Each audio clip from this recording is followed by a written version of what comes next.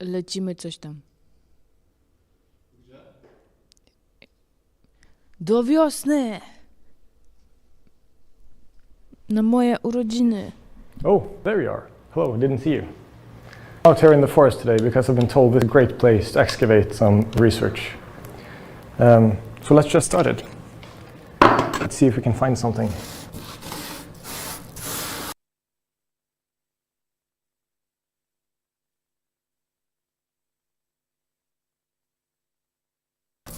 Wow. This looks to be some kind of... I'm not sure what it is, but it's very, very red. Let's try a bit on the other side, see if we can find something. This looks to be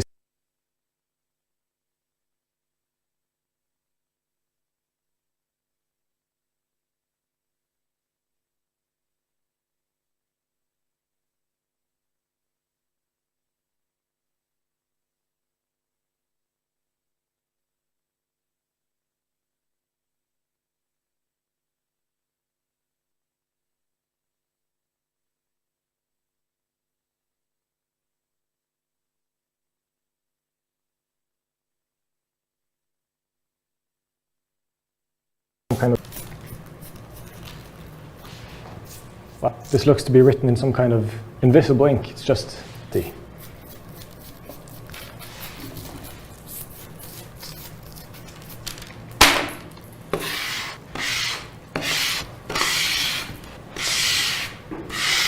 Wow. Very pink.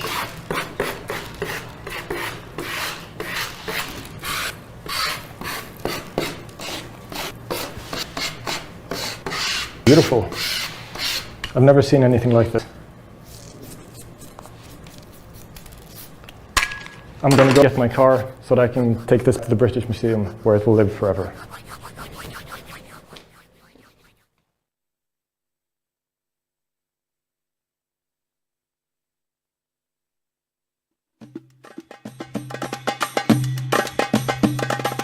Eat it, whip it, blend it up at the KitChenTv dinner shop. Sociable, sensible, delicious, and nice. Drink some juice, but bring no knife. The party is starting. Find a seat and get in. It's a KitChenTv gathering.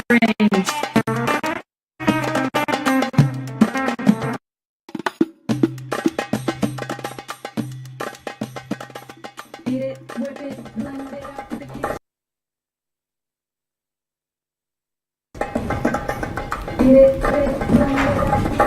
Hi, how y'all doing? Hi. Welcome to the KitChenTv. Oh, I love that we have all the guests coming in.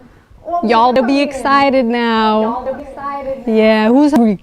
Who's hungry? Are you hungry? Very, very hungry. I love to hear it. We have so much food gathered here today. Have a lot of guests. We're gonna eat. We're gonna dance. We're gonna hear a lot of stories. But first, I want to hear from everyone here. At least some of you. How are you doing? I'm doing really fine. Yeah, I'm really happy. It's a pleasure to be here today with you. With me? Why, thank you. I appreciate that. Everyone is wearing like really good outfits. and some people just came with a head and they look fierce. They look great. You want something, head?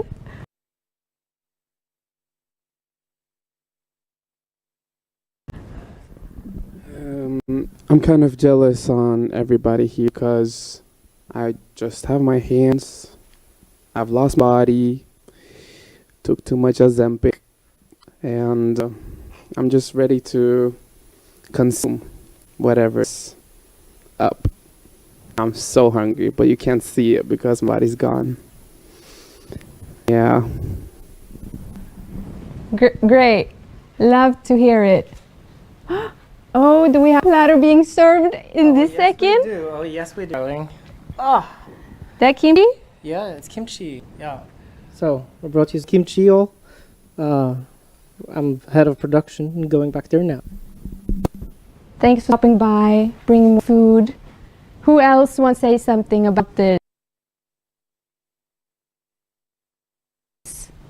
gathering? Annie, you want to say something? Hello, and I'm Annie, and I have a fun fact. Did you know that potatoes were the first plant ever planted in the sky? In the sky?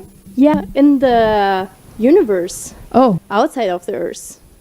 the first planted plant? Yeah, the first plant. Wow. Wow, because now I thought it was in sky. Or in the sky, which was also, it was always fixed, yeah. But that would be great too. In the sky? In the sky. Why yeah, not? I think we should try that. We should. Yeah.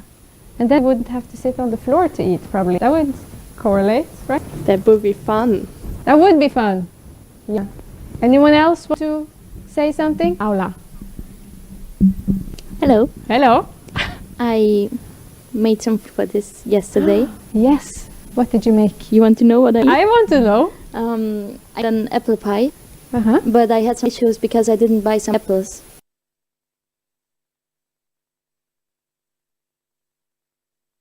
So I still had some pumpkin and some red beet. So I thought I'm making a red beet pumpkin pie. But it's still the idea of the apple pie. Oh, it's a pie. It's an apple pie. Oh, with pumpkin and Yeah, beets. without apples. But everything else is still the apple pie. Yeah. Maybe we hear some other dishes. Yeah, I made some dumplings, but they were vegetarian, and I forgot almost every ingredient at home. But I didn't know where I live either, so how would I get the ingredients? Such a good point. Me and my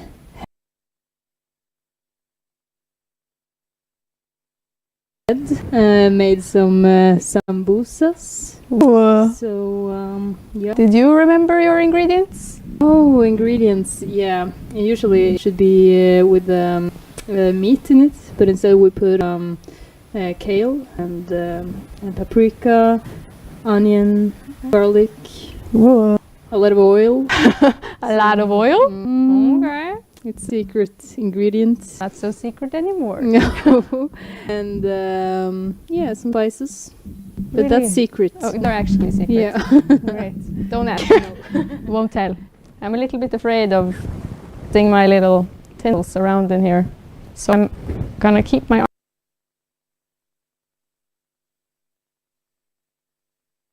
arms to myself. You can maybe give the mic further. Ja dopiero wczoraj przyjechałam do Trondheima, także robiłam taką zupę z rybą, którą oczywiście zjadłam już wczoraj, też wieczorem, ale było dużo ryby, ziemniaków, brokoli. Co jeszcze? Marchewka też to było. Totally. Broccoli. I agree. Yeah, totally. Yeah, we made this party for. Yeah, we've been doing this almost a month now, cooking and preparing and taking inspiration. So many nice things. I brought some dips and some bread and some salad and yeah, and some vegetarian frogs because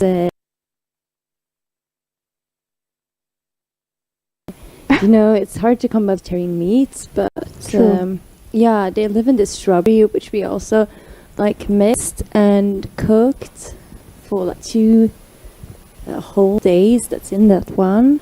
And yeah, those very well together, you know. Yeah. Things fine together often goes together.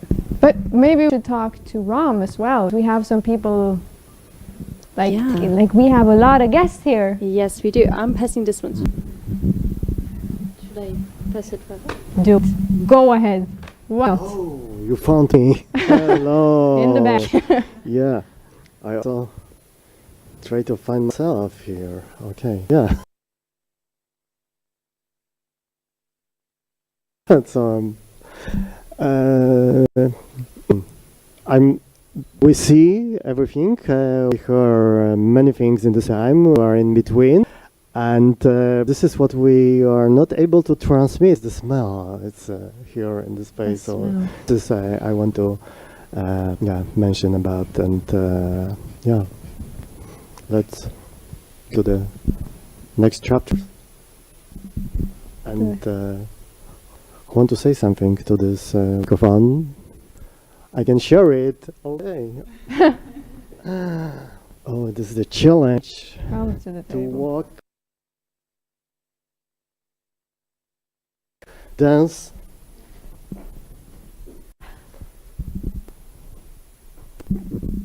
Hi, I just wanted to share my recipe and that I've been trying for a long time at home, and so it's falafel also, like what I discovered in Malmö. And so I learned my falafel recipe from Ali Jalabi, who was a master's student at Trondheim Academy of Fine Art last year. And so I feel like it's sort of an important recipe for me at the moment. And yeah, but the thing is, I didn't really bring it with me, the recipe. But I'm hoping that Ali will share this recipe with everybody again at KIT, so we continue this legacy of doing falafel in the Masters Hub.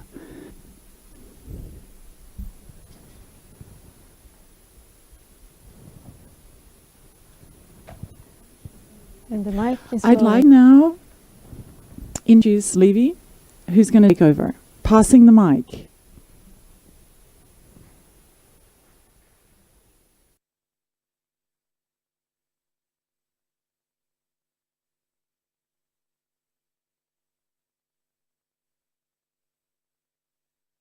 I'm going to tell you guys a story about this one encounter with a moose. I don't like to tell this story too much because people don't believe it. They think it's fake, but it's actually based on a very true story. So I was out skiing, and it was a cold winter day, but you know, I have to get my exercise in. So I was in the summit all by myself, and suddenly I realized there is a huge moose on the ski track. Now,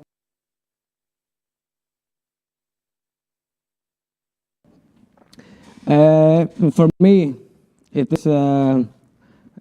is quite normal to see a moose, but to see it so up close, it's a scary sight because it's absolutely huge. So I had to stop, and I had to see how the situation was, and I was truly hoping that the moose would just go away. But this motherfucker is not so happy. As I am looking at it, it turns towards me, and then it is making very clear that it's not happy. I don't know why. I haven't done anything. Then it starts to charge at me. Okay, so then I have to move away. So I move away, and luckily it missed me by a couple centimeters. Now this was obviously very scary.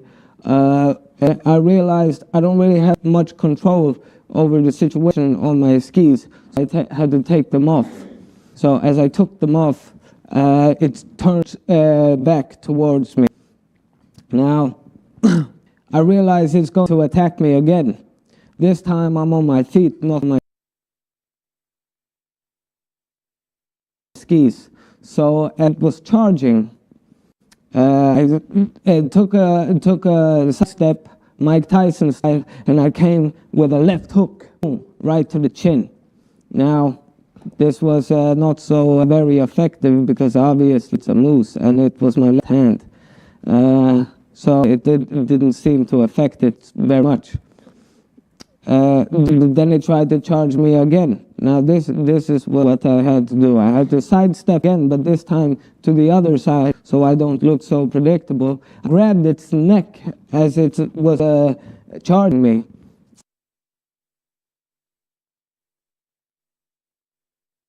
and I used the momentum to hop on its back, and I was riding this this moose, as I was riding it, you would not believe how it to get me off. It was a horrible experience, traumatic. It was very scary, I'll tell you that. It was like riding a bull, trying to get me off. As it was fatiguing, because after a while it had fatigue, I grabbed its neck like the spine, and I ripped it out of its back. And then he died. There was no more threat, and I was very happy with that. And the thing about this is, we were making a whole lot of noise, so other wildlife heard it. Now, this is the scary part. A bear came, and since it was blood, it's a dead animal here, it's prey. I know that a bear will beat me up 7 times out of 10. So I was already fatigued, so the odds were not on my side. So I managed to scare it away a little bit. So I took my machete, and I was not going to let go of my prey that easily. So I just cut off its leg, and I let the bear have the rest of the moose. And then I ran home. I left the skis. And yes, and I came home with an elk or a moose leg, and I gave it to my mother, and I told her happy birthday. She made some very good stew out of it with some vegetables. It was very nice. But at least a good meal or a couple of good meals came out of it. We feed the whole village, the whole 7 of us, and it was good. Also at the table, so we have the whole village, which is my uncle, my mother, my nephews, and my uncle's girlfriend, Angelina. And it's cooked moose meat, so it's very soft. It's cooked with the bone broth. It's cooked with the vegetables, even though I'd really eat them. But it's very salty. Of course, it has to be. You know, like it's we drink the bouillon in a set cup like a coffee. It's very good for you. And then we sit there and we talk about our day. Obviously, I had a story to tell about this moose I had just killed. They wouldn't believe the story either, but I came back with proof because I had this elk, this moose leg. Yeah, and we had some sour cream, added some spices. And it was very good. My mouth is just drooling, just thought of it. For vitamin D, omega-3, all those type of stuff. Yep. Nice to meet you. I've heard great rumors of your story. Okay, yeah. I didn't get to know it that much, other than the fact that it was very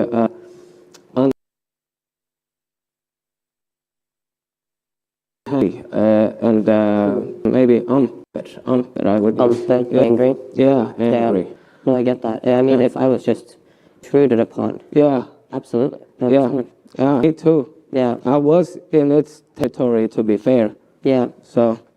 But you talk a lot because you go home. Yeah. Right, and then you eat with your family. Yeah, I do. What did you eat? Well, we ate the moose. The moose, right? Yes, I ate the moose that we killed. Yeah. Oh, I killed. If you could make a moose dish, moose meat, what would you make? I would probably cook it. You know, I don't eat meat unless it's cooked. Like, right. Yes. That's important. Yeah. Yep. Like burger style. Burger? No. I mean, like literally cook. You pour some water in a casserole. Like boiled? Yes, you boil it. You boil it. Yeah. I don't want to eat the meat unless it's boiled. Do you boil it and then like fry it? Or do you just boil it? No, just boil it. Okay. Till it's all the way through cooked.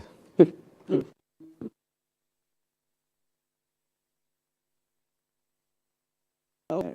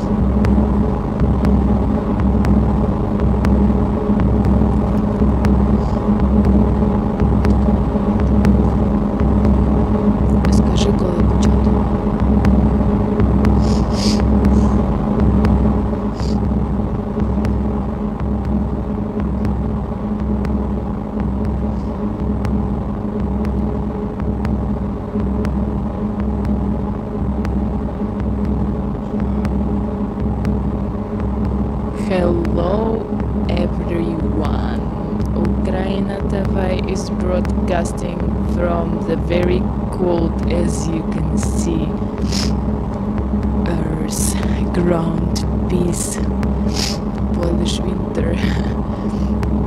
Hi, my name is Ksenia. Probably you already know me if you're watching our stream. If you don't, my name is Ksenia. Nice to meet you. Here you can see amazing Pokemon / person / monster mixing all she have in her costume together, our dear Asia. And behind her you can see hanging from the ceiling our witchy star Sophia. And we joined you today, and we also have a Gleb there, look, sitting on the winter snowy road. It's in Shostka in Ukraine, beautiful Ukrainian small city which is bombed by Russians every day. We are here together to tell you a little bit about what is going on today, because it's actually very interesting holiday in Poland and also in the Slavic world, in Orthodox religion and in Christian religion. So I was researching a little bit on this holiday, and on every language it's actually naming the different. So in Polish we have ostatki. Ostatki means like something which left, like leftovers, but it's not exactly about like leftovers. You know, in general I think this holiday, from like a summary from my small research, is about this holiday being about ending a winter slowly and coming into spring, starting to prepare to Easter, because today is the last day before big 6 weeks Lent. And it's very interesting because in Slavic culture, in Orthodox religion mostly, we have a huge holiday which I remember from my childhood called Maslenica, so it's pancake day. Actually we do have whole week where people eating only pancakes. Try to imagine how cool is that. And later they're burning a huge like a monster in fire to sacrifice this like winter coldness and to welcome spring in our life. In that case, we decided today, and we had the idea of making, because we are obviously not gonna set studio on fire, right? So you can see us on the beautiful winter road in Shostka, but we're actually in our studio in Krakow, so no fire here. And whenever you make fire in forest, be careful with that. We don't want forest fire, right? So we decided to make a non-alcoholic cocktail from leftovers in air. As you can see, Sophia is hanging and squeezing this orange, which I think I brought a couple of months ago here, but it's very symbolic for winter to have an orange who could last a long time but still could be used for something. So we're squeezing in the air above the ground. We do mixology and some weird stuff as well. That's why actually we created the project to make some weird stuff. Oh, Gleb became a ghost of winter who was reborn into the ghost of spring.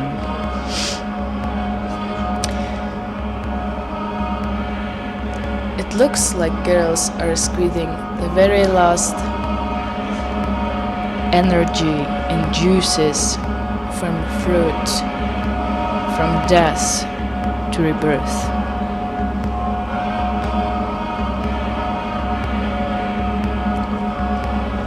I think we can call the process that, maybe not call, maybe describe. We could describe the process that's where Sophia finishes fruits and ingredients and separates the physical body from the energetic substance.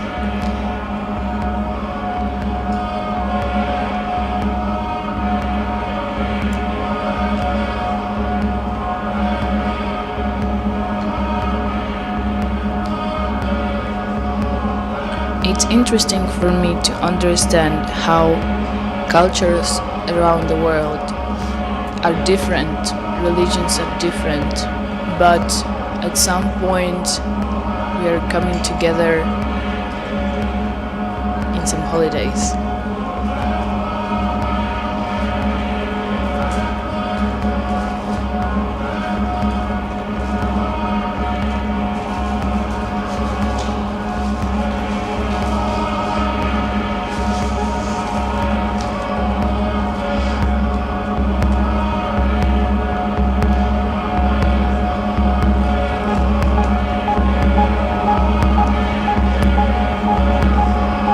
So let's count this day today as an official end of winter. By the way, I just came back from Ukraine and it's still very wintry there, very cold.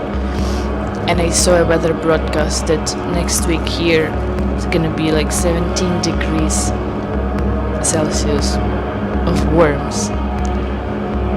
From one point of view, I'm very happy because I could ride my bicycle again, but from another point of view, absolutely devastating to understand how climate changes. Because I also have a birthday in a couple of days, and all my life my birthday was in winter time and it was cold and bunch of snow, and I don't remember when was the last time when I saw snow on my birthday. I can smell mint, and it smells at the same time like winter, because you're getting warm and during winter time with the mint tea. But also mint is good whenever it's warm to get you a little more chilled out. I think mint is good symbolically for transition between warm season season, but around.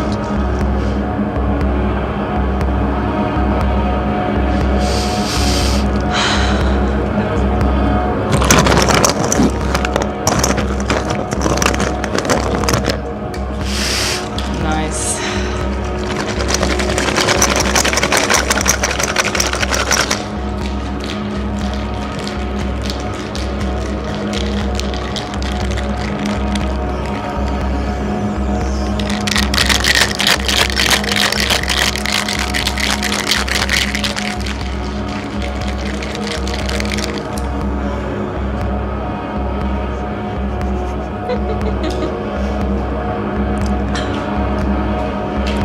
We're excited to try these juices, to welcome spring in our studio and in our lives.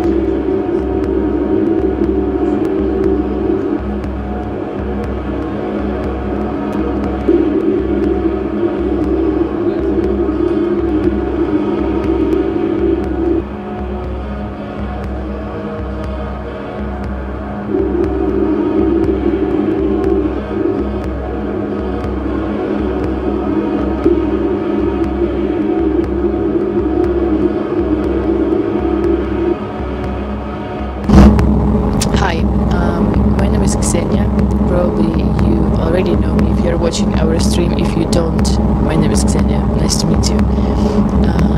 Here you can see amazing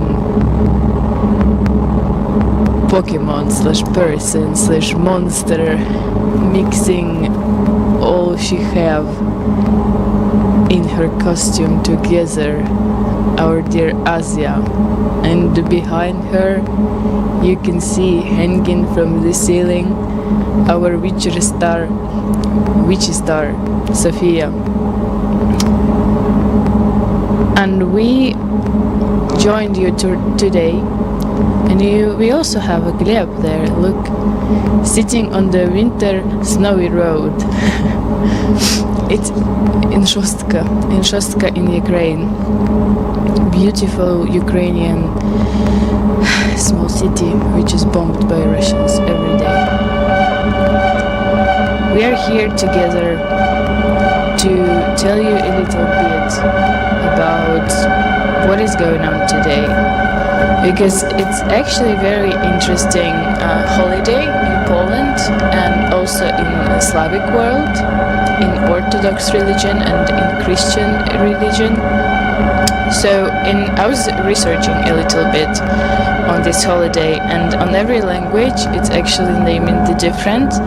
So in Polish we have ostatki. Ostatki means like something which left, like leftovers, but it's not exactly about like leftovers. You know, in general, I think this holiday, from like a summary from my small research, is about this this holiday being about ending a winter slowly and coming into spring, starting to prepare to Easter, because today is the last day before big 6 weeks Lent. And it's very interesting because in Slavic culture, in Orthodox religion mostly, we have a huge holiday which I remember from my childhood called Maslenitsa, so it's pancake day. Actually, we do have whole week where people eating only pancakes. Try to imagine how cool is that. And later they're burning a huge like a monster in fire to sacrifice this like winter coldness and to welcome spring in our life. In that case, we decided today, and we had the idea of making, because we are obviously not gonna set studio on fire, right? So you can see us on the beautiful winter road in Shostka, but we're actually in our studio in Krakow, so no fire here. And whenever you make fire in forest, be careful with that. We don't want forest fire, right?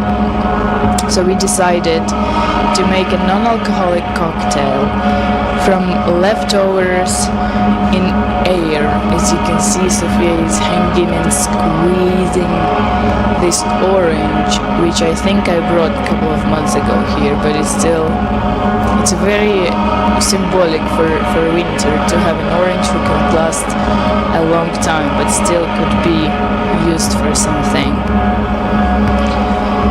So we're squeezing in the air above the ground.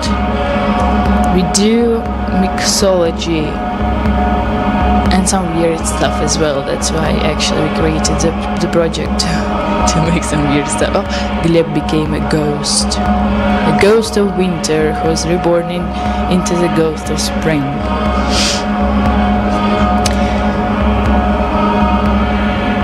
It looks like girls are squeezing the very last energy and juices from fruit, from death to rebirth.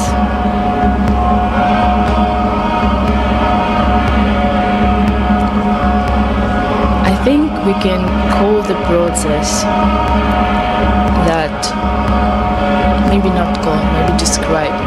We could describe the process that's where Sophia finishes fruits and ingredients and separates the physical body from the energetic substance.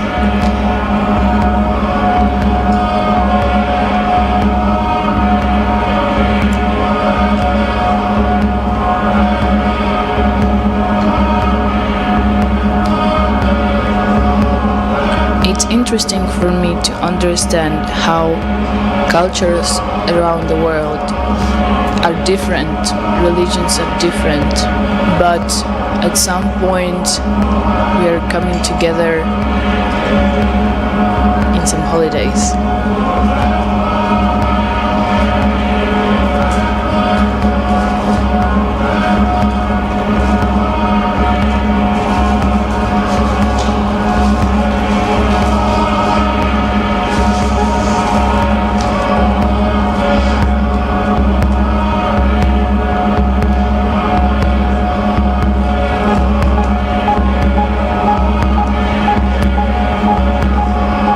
So let's count this day today as an official end of winter. By the way, I just came back from Ukraine and it's still very wintry there, very cold. And I saw a weather broadcast that next week here it's gonna be like 17 degrees Celsius of worms. From one point of view, I'm very happy because I could ride my bicycle again, but from another point of view, absolutely devastating to understand how climate changes. Because I also have a birthday in a couple of days, and all my life my birthday was in winter time and it was cold and bunch of snow, and I don't remember when was the last time when I saw snow on my birthday. I can smell mint and it smells at the same time like winter, because you're getting warm during winter time with the mint tea, but also mint is good whenever it's warm to get you a little more chilled out. I think mint is good symbolically for transition between warm season and winter season, but around.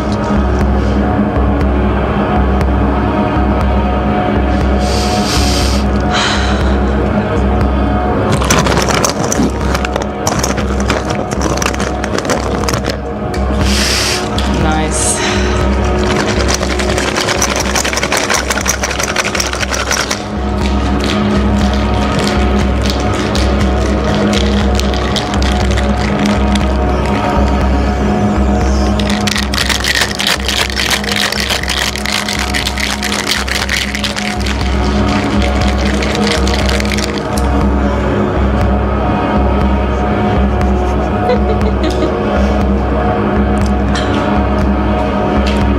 Excited to try these juices, to welcome spring in our studio and in our lives.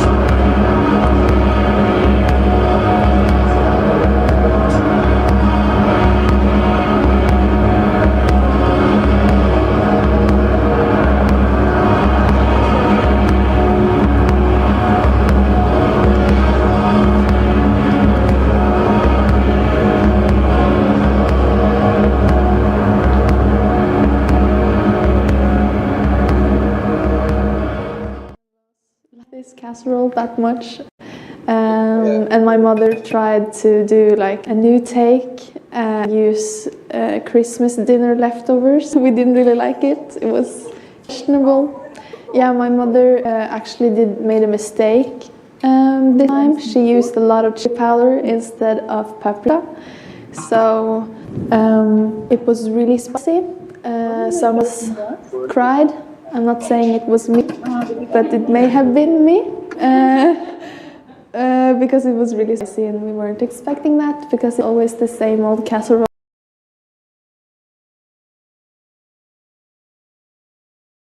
with a little bit of a twist, and this time the twist was a lot of chili, and I don't like that much chili.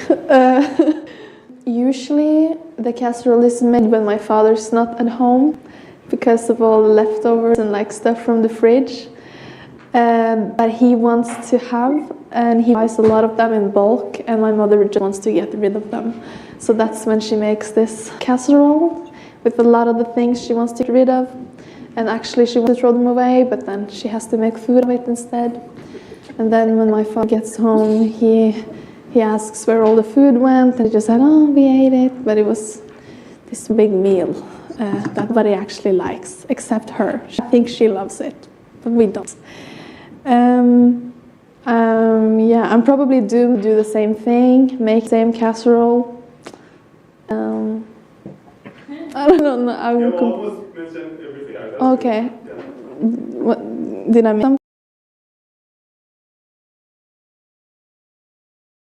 something? No. Okay. Shall I take a bow? Thank you very much for listening to my casserole.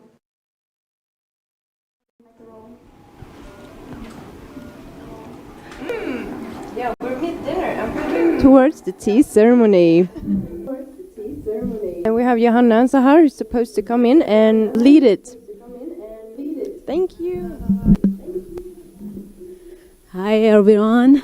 I think that is the time for tea party after they eat the delicious variant. The rhythm.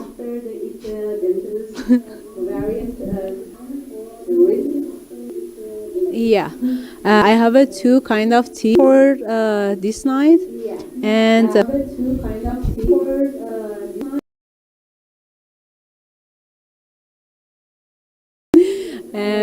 one is the boost your energy and make you laugh more.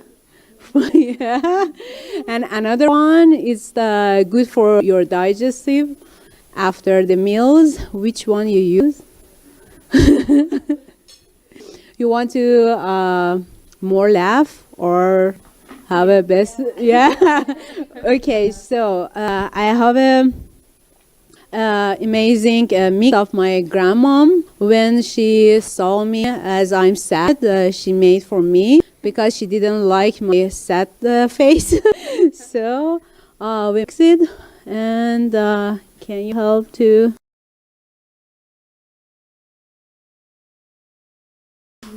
Yeah, this is the saffron. I told you. Yeah, yeah, you can hear. Yeah, and you put it there. Yeah, no, I put for laugh more. Oh. Yeah. Yeah, great. Thank you. and dominoes. Handle both of them. Yeah. And yeah, great. And also we made it 2 colors of this herbal tea for painting. That's my father taught me because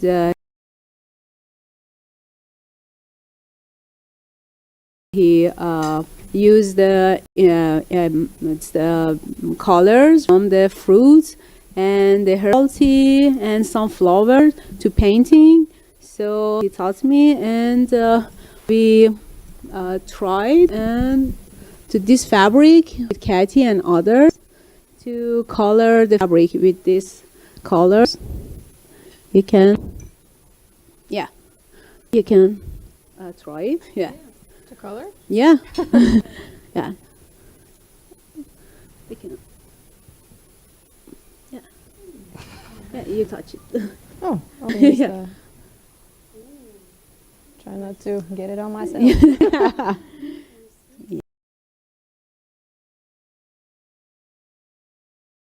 Yeah, great. And let's do.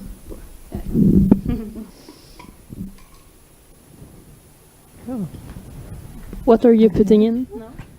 Black tea, lemon scrolls, and yeah, and the saffron, and cardamom. Yeah, and cardamom. I think that is 2 enough for 5. Yeah, and add some more hot water.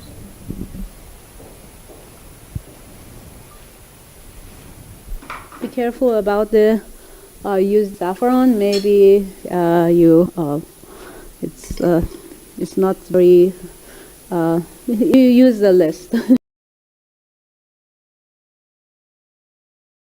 Fourth time. Yeah, maybe you overdo it or something like that. Yeah. And, yeah. Look at this. Yeah, I'm not good for serving. Yeah, and there's a dessert here, the sweet. Yeah, you can with this. Yeah. Yeah, and we talk about yeah, you can. And with this one, we can color.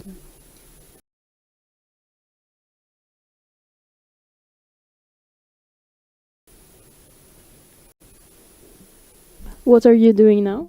We want to make another color, is a yellow with saffron, and it took a time, but good.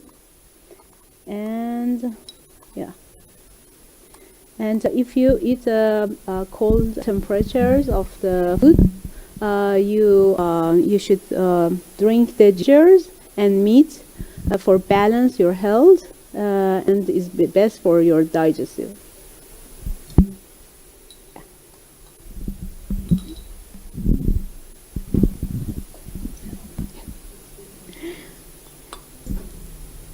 Cool. Yeah.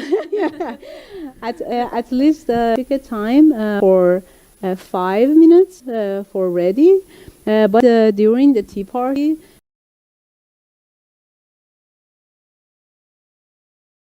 it's totally listen to the music and talk the guests together, and it's an environment for start talking to others.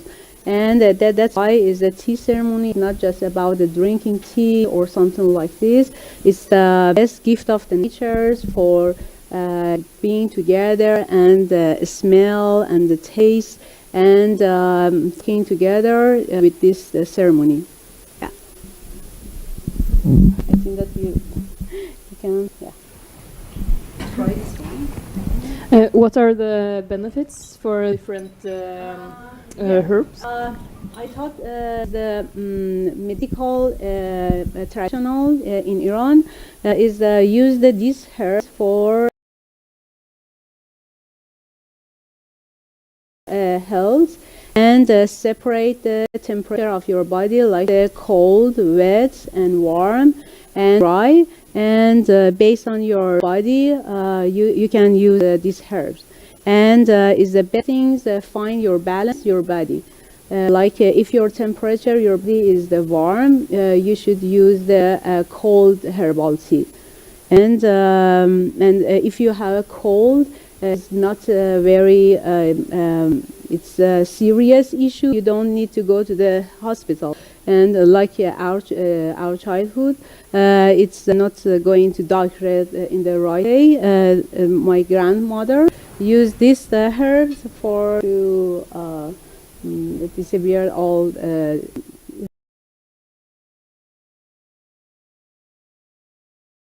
it's the mineral issues.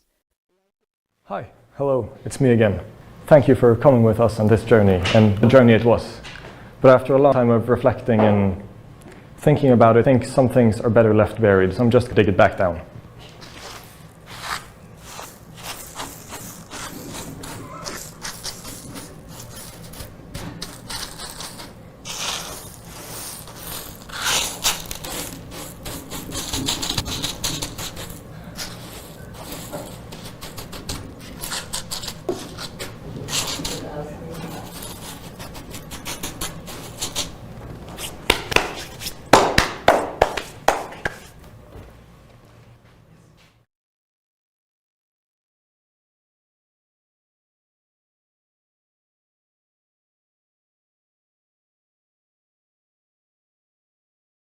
Blend it up at the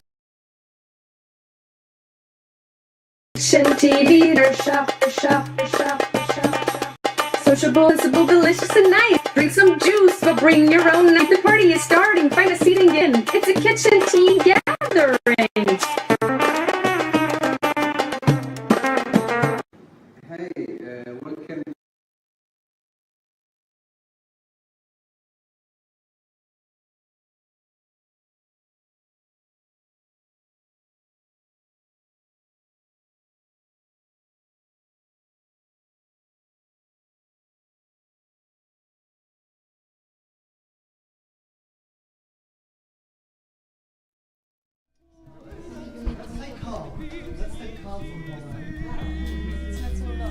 Yeah, okay.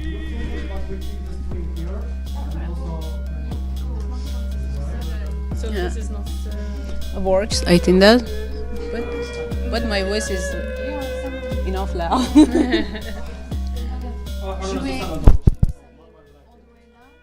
Yeah, but if we have enough.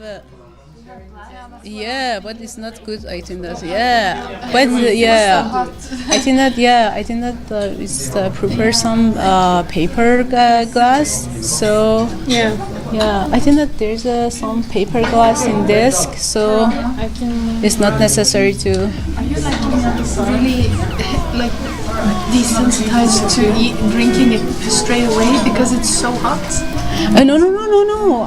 It's you should stay to getting cold, but it's not the cold water. You want us to change side, like some of you, just a few people to go on the other side so there's more food.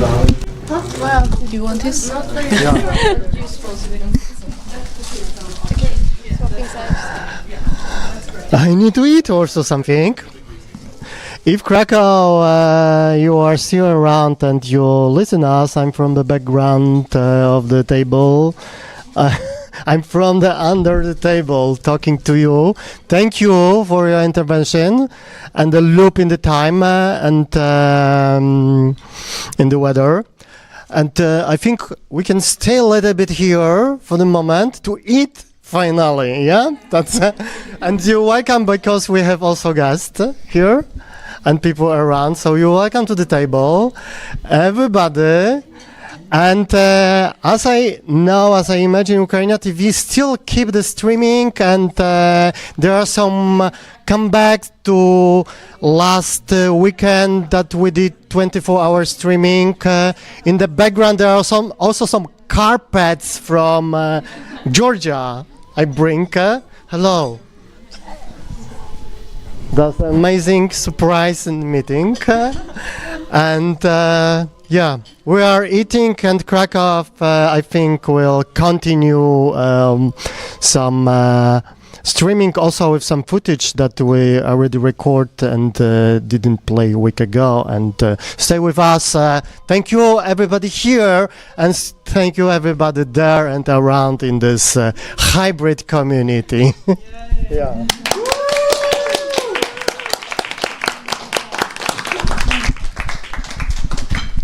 It's you. What?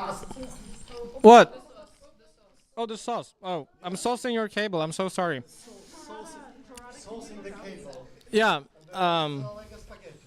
Yeah, it's a spaghetti now. Spaghetti microphone is the first time I used that. Yeah. No, it's been real fun. Oh, here comes the rest of the production team. So yeah, no, we've been working hard for some weeks now to get this ready.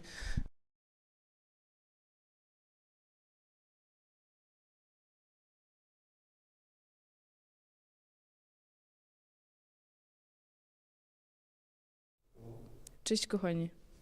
Fryzura dzisiaj wszystko mówi za mnie.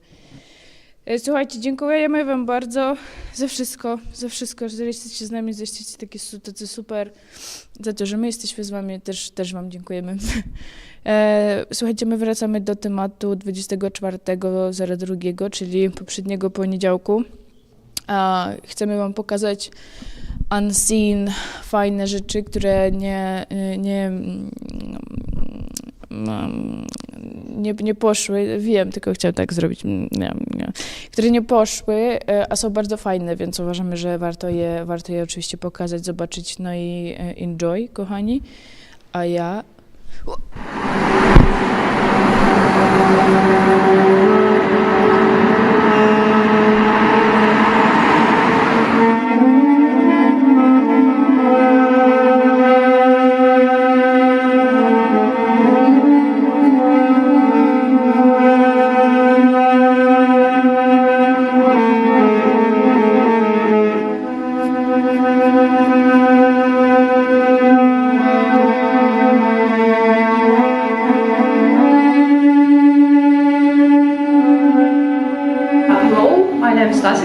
I'm a program creator of a Kwartiernik project, and this project was created for Ukrainian artists who want to represent their art.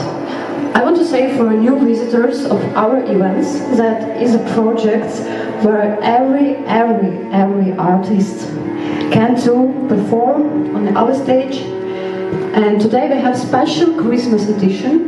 This idea comes like 4 months ago. I started working in Atelier Theater here, and we together with George just talking about the situation with Ukrainian artists in Vienna, and I started to share that it's not so easy to get some place with good sounds and with a good light and with a good environments around for it to perform. Usually you just have some performance in super small places with a bad sounds or with a bad light, and when you want to promote your art, it's super important to have a possibility to perform your art in a really good stage. And after like super short discussion, we decided to create a Kwartiernik project, and after that we just, the first edition, it just on the stage was me, my friends. It's not was so popular in the beginning, and we created a small I would say small promotion, and yeah, and just invite peoples. And after that, after successful first ones event, we decided to create open call for all artists from Ukraine.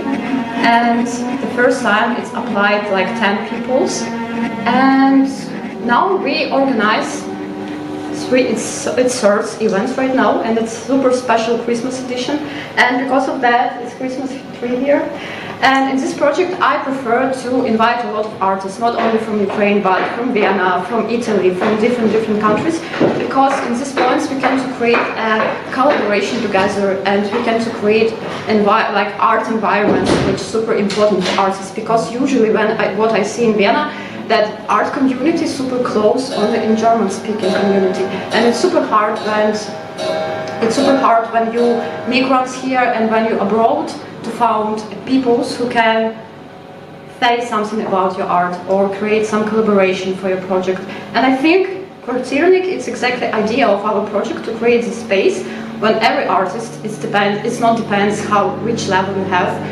You can find new friends, you can have a possibility to perform, and we like a team, we help of everything. We help with the stuff, we help with equipment, we help with the sound and light and the curator programs and promotion. And for me it's like a small home for everyone who wants to perform. And also name Kwartiernik, it's usually a lot of people thought that it's some about like Soviet Union or something like that, but I read a story of this words, and I can say that it's super old Ukrainian words, which one use also Mikhail Semenko, it's Ukrainian poet. He uses words also for organizing events in Ukraine when Soviet Union comes. So I want to say to everyone's haters that no, it's not Soviet Union words, and and we just used to remember our stories, and we just to use right description for everything what around us. And also, if you read in English, we use like "oo," and it's Ukrainian version of transliteration this word. So yeah, it's what I can say.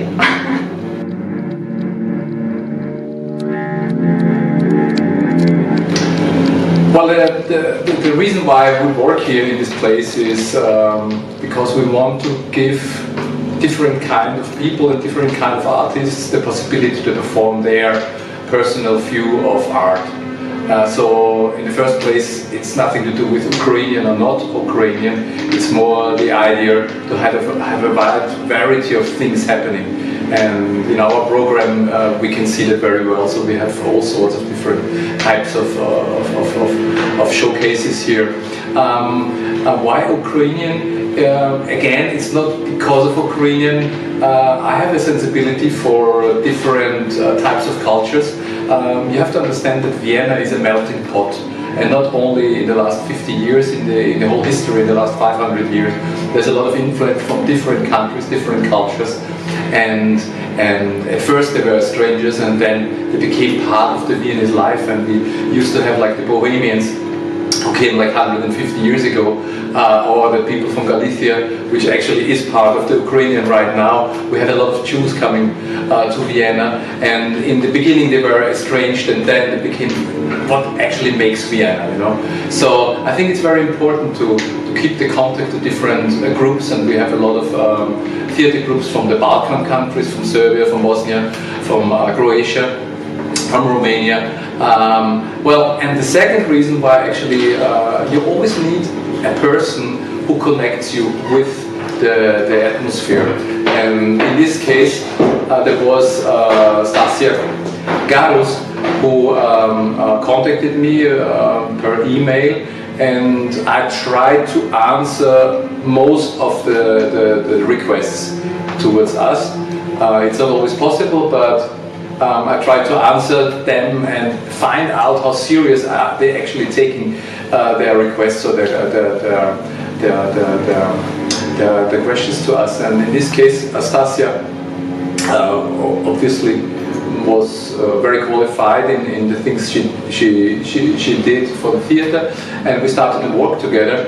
And then in this process of discussing the situation of young artists from Ukraine, we decided to try to give them a place. You know, so it's like a talk of working in progress and a working in process type of showcase, because you never know in the beginning in which direction things go, because you don't know about the artist itself and what actually they expect from us, and if we are able to fulfill their expectations, because this is also an important thing. So it's not only that I expect something from them, also the artists expect something from us. And so we found out that we are able to host them in the way that they are able to perform, and well, and then we take it from there on. And in the beginning we were not sure if we have a second performance, but then we had the second, now it's the third, and I'm very happy about the amount of people who are coming and joining us, and I'm very happy also about the results what we have. I hope that in the near future we also can attract more Austrians to come here, because this is also one of the important reasons why we do that. We want to connect people, we want to learn from each other. This is a very important thing. We want to learn what makes the Ukrainian artist think, and also vice versa. So if I have a wish free for next year, then I would wish that we have a lot of Austrian artists performing for the Ukrainians, and a lot of Ukrainians perform for the Austrians.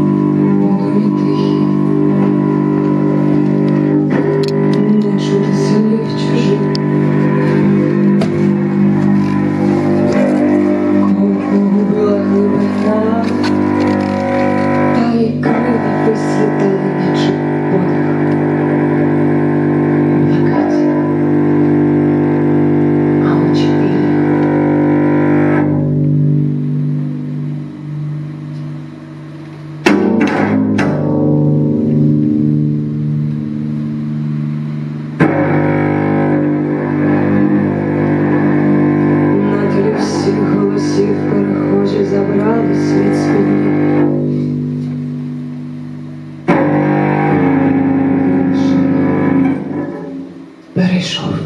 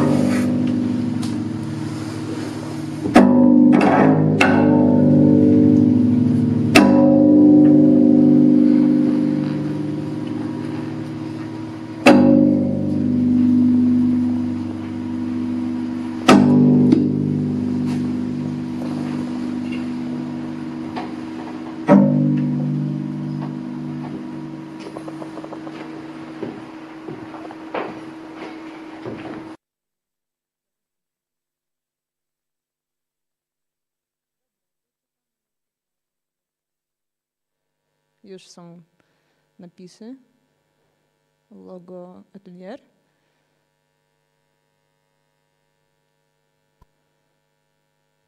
A gdzie moje imię? Tam jeszcze miało być moje imię, bo właśnie robiłam zdjęcia tego filmu i edit też, więc proszę bardzo, dziękuję. Dobra, z nami dzisiaj nasza kochana Stasia Garus. Cześć, jak tam? No tak właśnie, ja mam sobie się pokazać w ogóle, bo jest strasznie tutaj gorąco mnie już. I cześć. Cześć, z powrotem do świeżego powrotu. Jak u Ciebie sprawy?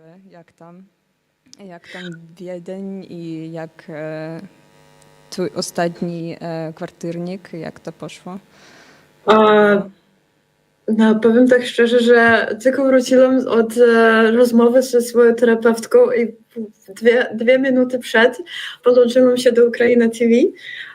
I tak ogólnie jest bardzo dobrze i oficjalnie jestem studentką Angewandte, to jest taki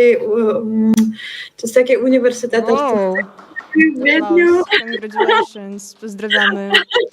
Dzisiaj dostałam odpowiedź po swoim egzaminie, który miałam, jakby egzamin artystyczny i będę się uczyć właśnie pisaniu artystycznym, to jest po niemiecku to jest Sprachenkunst, a po angielsku to jest Creative Writing i będę się uczyć jak to kreatywnie pisać, ale już na poziomie akademickim i też może dostanie jakieś nowe kontakty i w ogóle jakby tak, jestem bardzo z tego zadowolona, bo to było chyba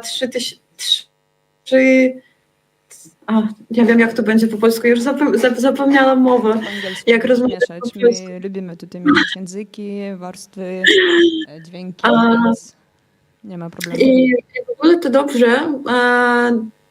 Odbyliśmy ostatni kwartyrnik, to było 20 lutego. I jak to zawsze odbywało się to w naszym teatrze, Atelier Teatr, Burgasse 71. I ja po prostu mam już nie mam numerów po polsku w głowie, mam tylko po angielsku i po niemiecku. Ale anyway, i mogę powiedzieć, że chyba to był jeden nasz najlepszy kwartyrnik, który zrobiliśmy, bo w tym roku zmieniliśmy koncepcję. Jakby nie zmieniliśmy totalnie koncepcję, a tylko dodaliśmy jakieś takie nowe zapachy tego wydarzenia. Tak, właśnie mówiły, że w planach było zaprosić jeszcze artystów z Wiednia i nie tylko i jakby wymieszać ten program różnymi kulturami i no tak podejrzewam, że to się udało, tak? Tak, i wysłałam Ci wideo, właśnie nagrania krótkie, które i tak to się zdarzyło, że na przykład pierwsza część to były artyści z Ukrainy, a to była Maryna, jeżeli się dobrze powiedziałam, nie pamiętam name tak dokładnie, ale też drugi artysta to jest bardzo taki na moją personalną opinię, zajebisty ukraiński performatywny artysta, Aleksander. I on jest bardzo takim, ja bym chciała powiedzieć, że on jest taki Ukrainian queer meeting performance. I on właśnie tak dobrze krytykował facetów i to był chyba jeden z najlepszych w ogóle performance'ów, które mieliśmy według naszego kwartyrnika. I przez to, że publika też była bardzo aktywna, tak zadawali pytania i on jest bardzo atrakcyjnie opowiadał o tych różnych typach facetów, taki na przykład, i to się nazywało gentleman. I mogę powiedzieć, że to chyba było jedne z najlepszych w ogóle takich kontekstualnych performance'ów, na których byłam ostatni czas w Wiedniu. I dalej też, jak mówiłam, że zmiksowaliśmy publikę i następny artysta to był Julian i on jest właśnie z Wiednia, on się urodził w Wiedniu i to był pierwszy Austriec, który się wystąpił na naszym wydarzeniu i on się grał takie piosenki na typowym slangu wiedeńskim z takimi słowami z Wiednia, które ogólnie tak się nie wykorzystują inni ludzie, którzy rozmawiają po niemiecku.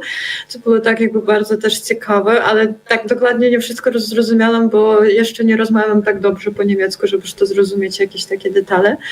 No i ostatnie, też na moją opinię, bardzo utalentowane chłopaki, które się jest w ogóle z Bratysławy, ale się wyrosli w Wiedniu i się tutaj uczyli w szkole i tak dalej, i tak dalej. I to było po prostu crazy, jak oni to wszystko zagrali i łączyli jakieś takie piano, modernowe brzmienie piano z takim bardzo rytmicznym drums. I w ogóle to dla mnie to wszystko brzmiało jak w jakimś filmie,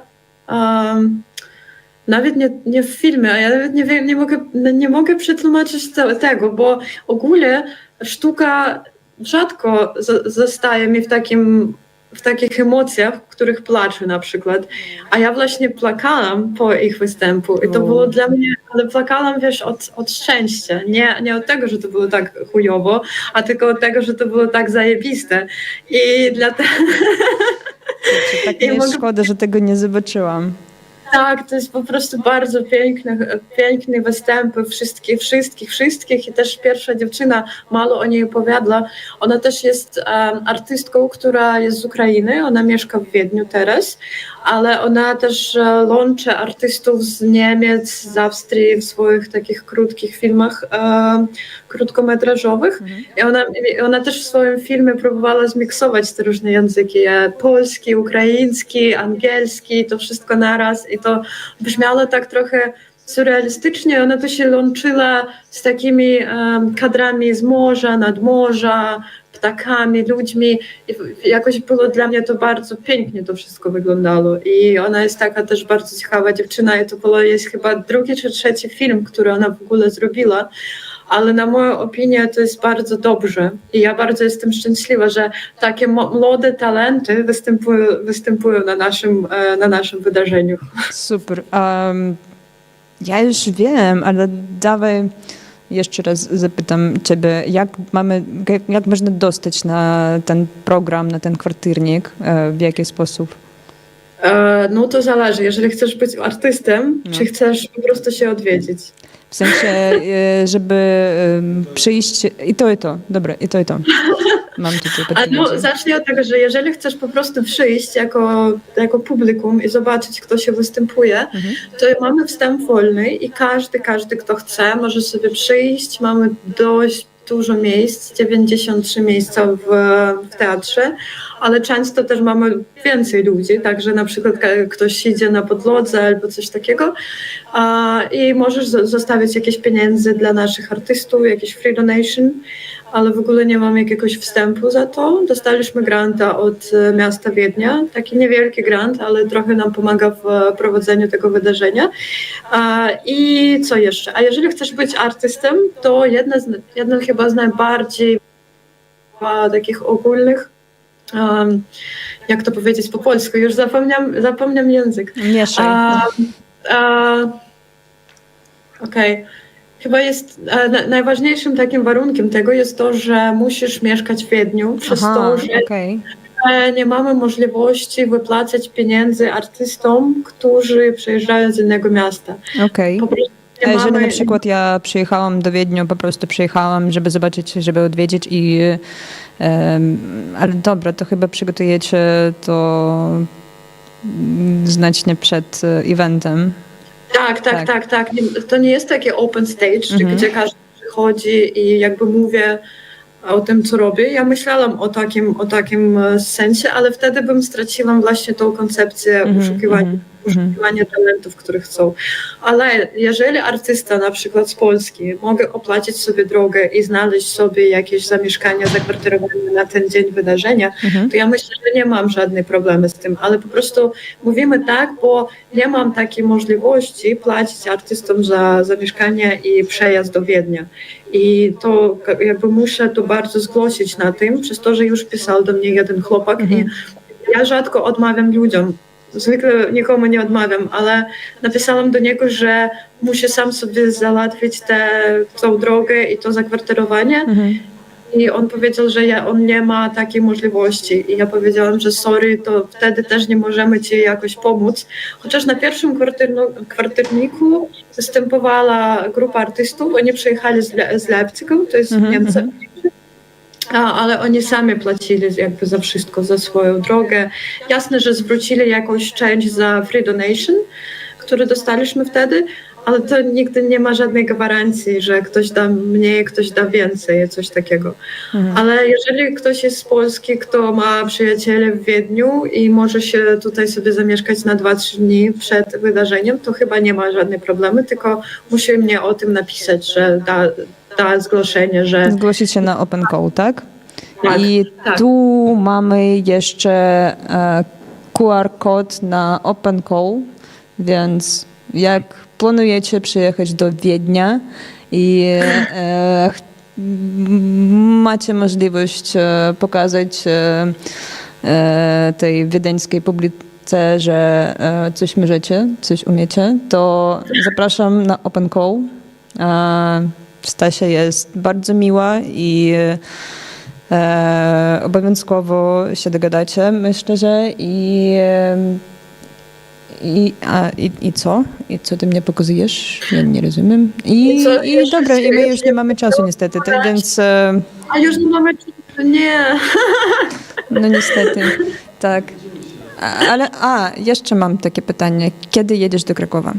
Kiedy wracasz? Nie wracasz, Jeszcze nie wiem, ale bardzo bym chciała. Jak tylko będę wiedziała, to na pewno dam znać i przyjdzie do Bardzo na ciebie czekamy. Najlepiej ulubione miejsce w Krakowie, za którym strasznie tęsknię w Wiedniu, bo w Wiedniu takiego nie ma i na pewno nie będzie, chyba jeżeli UKRAiNATV studia przeprowadzi się tutaj do Wiednia.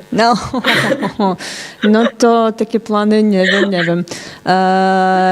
To zapraszamy, mamy nowy sezon, działamy, żyjemy, robimy i chyba już się żegnamy, bo muszę coś przeczytać, bo nie widzę. Jak czytasz, to dodam, jak mam jeszcze chwilę, że kwartiernik to jest wydarzenie dla bardzo młodych artystów, international artystów i więc bardzo bym chętnie się chciałam zobaczyć na Open Call nowych ludzi z Polski, gdziekolwiek. I najbliższe sloty to jest chyba już z september. To jest chyba taki czas. Wow, to jest bardzo popularne, guys. Musicie się zastanowić. September to jakby wrzesień, do września jeszcze pół roku mamy, więc można jakoś zaplanować sobie fajną wycieczkę do Wiednia i taką fajną... tak w Wiedniu każdy tak żyje, że planuje sobie na 5 miesięcy naprzód, bo inaczej się nie przeżyjesz tutaj. No tutaj już też tak robimy niestety.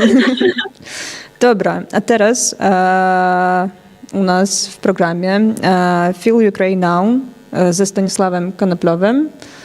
Miłego oglądania. Dziękuję.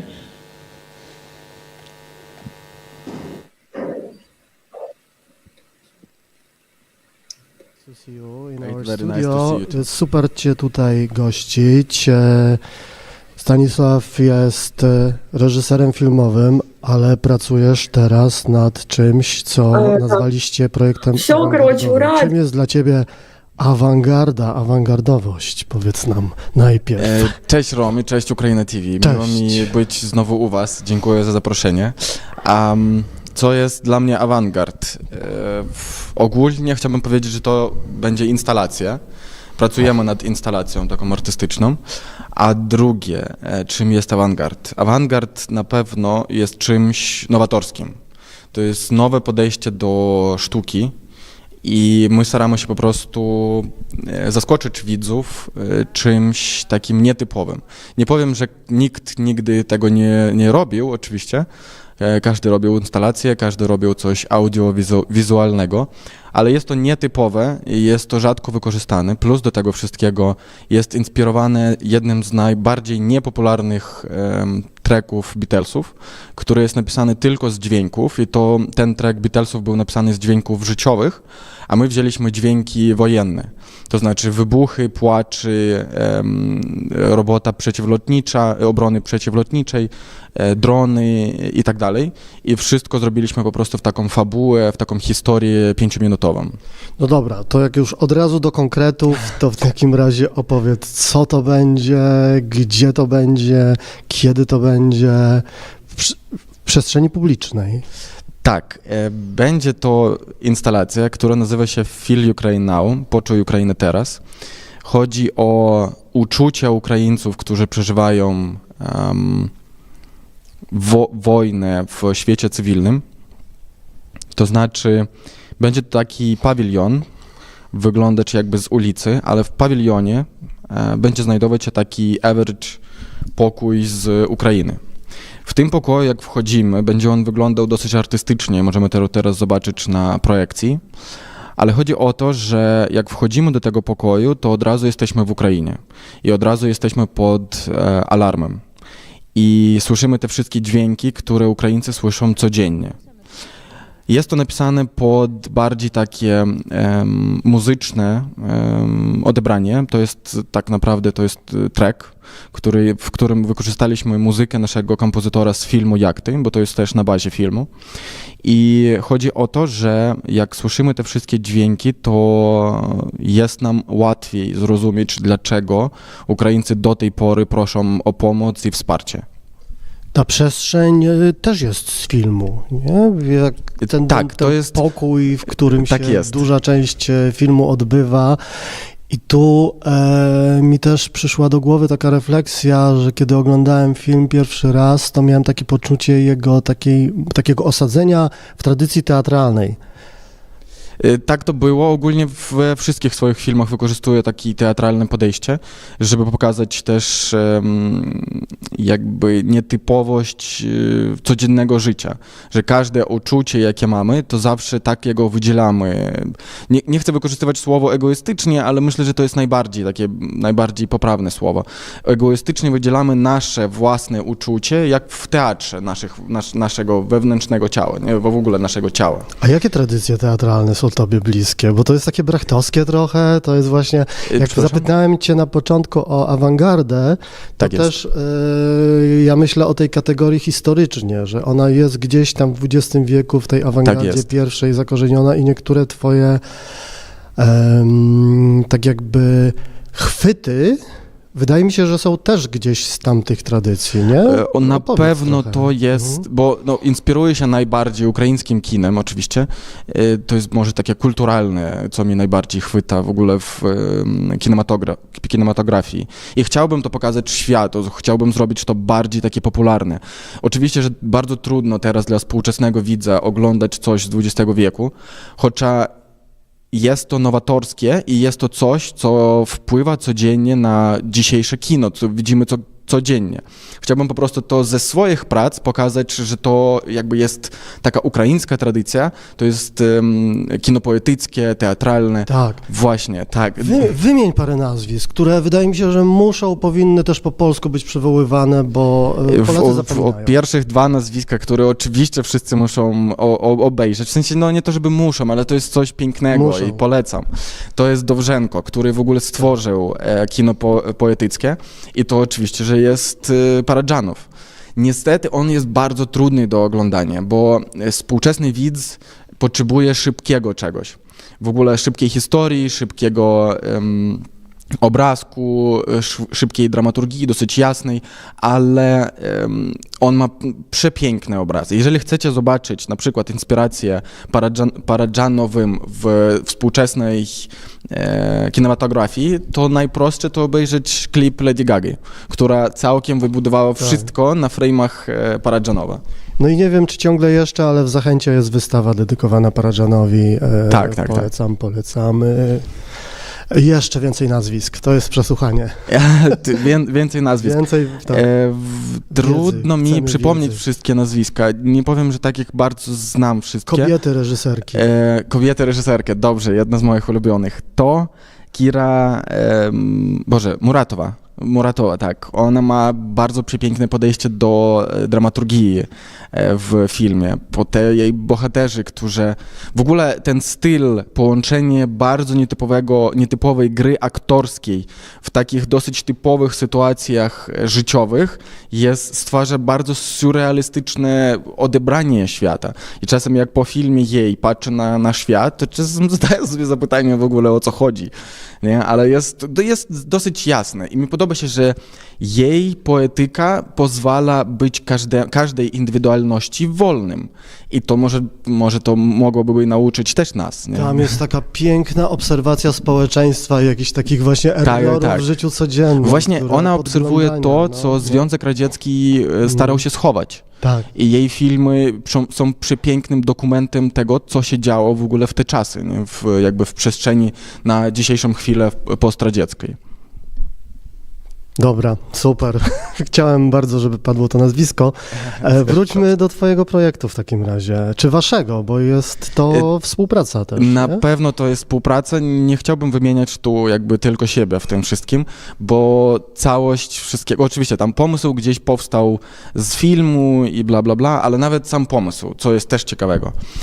Jak robiliśmy pokaz w Kijowie, pokaz filmu Jachty, to dziewczyna, która była na przesłuchaniu u nas jako menedżerka na ten projekt, w sensie na ten pokaz, ona wymieniła taki pomysł, żeby wybudować pokój po tym, jak ludzie wyjdą po oglądaniu filmu. Od razu z sali w ten pokój. I to musiało trochę złamać tą przestrzeń, którą widzieli w filmie i przestrzeń realną, że oni są w tym filmie. Tak, Bardzo mi się spodobał ten pomysł i pierwsze, o czym pomyślałem, że włączę alarm w centrum Krakowa. Zrazu pomyślałem, że to jest niemożliwe, że nikt mi tego nie pozwoli zrobić.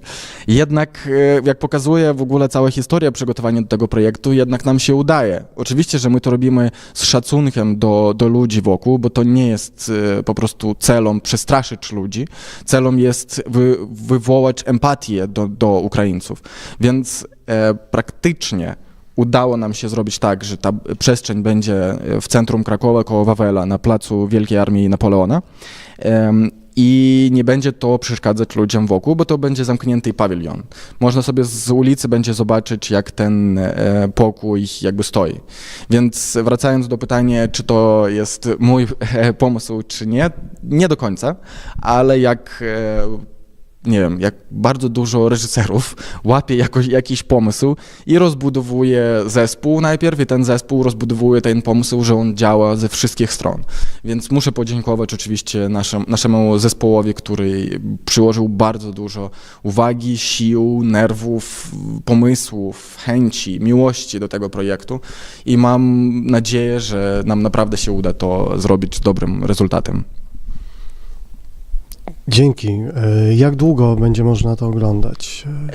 Mamy oficjalne otwarcie 24 lutego na trzecią. Czyli dzisiaj, tak, 17, na trzecią rocznicę początku pełnoskalowej wojny w Ukrainie. Plus mamy, bo to będzie pracowało jako Muzeum Pamięci przez 12 dni do 7 marca. Do 7 marca. Tak jest, do 7 marca można będzie nas odwiedzić, to jest bezpłatne wejście. Będziemy mieli człowieka jakby przewodniczącego tam, który będzie mógł pokazać, opowiedzieć historię. Można sobie będzie zeskanować QR-kod, zobaczyć jak ten pokój był, jak wyglądał w filmie, obejrzeć sam film, posłuchać tej muzyki. Jeżeli ktoś nie będzie chciał, to jak najbardziej, bo to jest, oczywiście, że to jest doświadczenie traumatyczne, więc my prosimy też uwzględnić to, że niektóre wybuchy mogą przestraszać ludzi. Jednak Pomysł jest taki, żeby pokazać, że jednak ten dom przez pomoc Polski, pomoc ludzi poza Ukrainą, pokój ten zostaje cały i rakieta w niego nie trafia, bo jesteśmy całkiem obronieni. Co jeszcze ciekawego będzie w pokoju, to będziemy mieli taką małą grę, która będzie trwała 5 minut. W ciągu tych 5 minut z włączonym dźwiękiem trzeba będzie wybrać 5 obowiązkowych rzeczy, wyobrażając sobie, że w twój dom leci rakieta i ty musisz uciec. 5 minut na to, żeby wybrać 5 obowiązkowych rzeczy i 10 dodatkowych. Po grze, bo w tym stresie jest dosyć trudno coś wybierać, liczymy na to, że osoba, która wybierze sobie te rzeczy, później dostanie listę ze znaczeniem każdego z tych rzeczy. Na przykład jak wyprowadzasz się z domu i masz możliwość wziąć tylko paszport, dokument, że na przykład niepełnosprawności matki albo prawo jazdy, to każda z tych rzeczy będzie coś znaczyła dla ciebie w przyszłości. I tak samo rzeczy dodatkowe, jak na przykład zdjęcia rodziny jako pamięć, Biblia na przykład jako po prostu zostawienie tej wiary, książka, żeby była jakaś rozrywka i tak dalej. Więc każda z rzeczy będzie takim symbolem twojego przyszłego życia. I można sobie będzie na swojej skórze odczuć, jak to być Ukraińcem, który uciekł z swojego domu i więcej nigdy nie będzie mógł tam wrócić. Taki u nas pomysł. No mocne. I to właśnie nie mój pomysł, bo to dziewczyny, które zobaczyli nasz projekt, powiedzieli, że nam czegoś nie wystarcza. I ja jestem bardzo wdzięczny, że ludzie tak blisko odbierają to, nad czym my pracujemy i widzą w naszym projekcie jakieś minusy, które można dopełnić.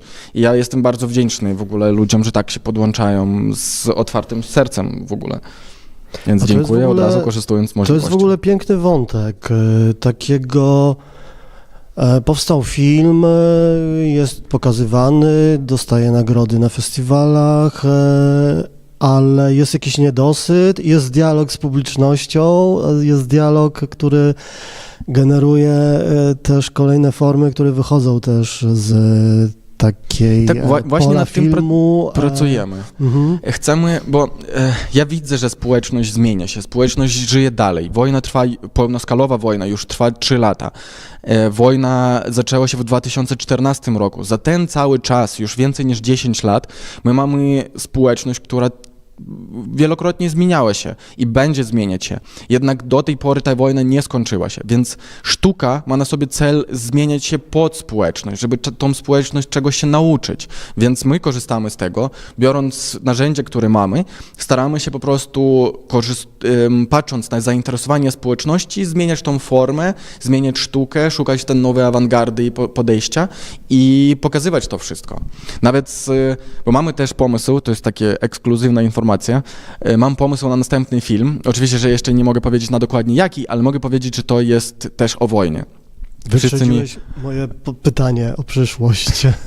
Tak, wszyscy mi odradzają od tego, ale uważam, że dopóki wojna trwa, dopóki społeczność nie wygrała tego, nie wygrała pierwotnie, nie wygrała to w swojej głowie, nie wyrzuciła też wszystkie śmiecie, które Rosja nam po prostu tam wrzuciła do głowy, musimy wychowywać w sobie swoją kulturną wyrozumiałość. Więc na pewno to będzie o wojnie, ale to będzie już całkiem inaczej i my szukamy to, co ludzi nie będzie odrzucało. Bo jeżeli na przykład uważam, pokazać społeczności drugiej 100 dni w Mariupolu, no to już będzie przesada, bo to jest bardzo mocny i bardzo konkretny, taki crucial film. Człowiek ogólnie trudno wynieść ten film do końca, nie? Jak oglądaliście 100 dni, dokument 100 dni w Mariupolu, to już wiecie w ogóle o co chodzi. Społeczność i w ogóle ludzi nie gotowi do tego, żeby czuć ból cały czas. Więc my nawiązujemy myśli do tego, co się dzieje, ale nie pokazujemy jej bezpośrednio. Jest taka praktyka u żołnierzy amerykańskich. Oni jedna z największych psychologicznych dawek na zakładców, że wojennych... Jeńców, tak. Największy wpływ na jeńców, kiedy oni chcą dostać informacje, to nie przyczynić ból, a przestraszyć, że przeczynisz. I ten strach pozwala dowiedzieć się tego, co potrzebujecie. Więc tak samo to nie jest jakby manipulacja, ale to jest bardziej zachęcanie o myślach, o ważnych rzeczach. Nie mówimy oczywiście, że też rozrywka nie jest ważna. Ważna i człowiek musi odpoczywać. Odpoczywajcie, ale pamiętajcie o tym, że wojna trwa i bardzo dużo Ukraińców, zwłaszcza żołnierzy, którym chcę oddać szacunek i chcę podziękować. I też mamy zbiórkę dla mojego przyjaciela teraz na froncie, więc jak najbardziej zachęcam was podłączyć się.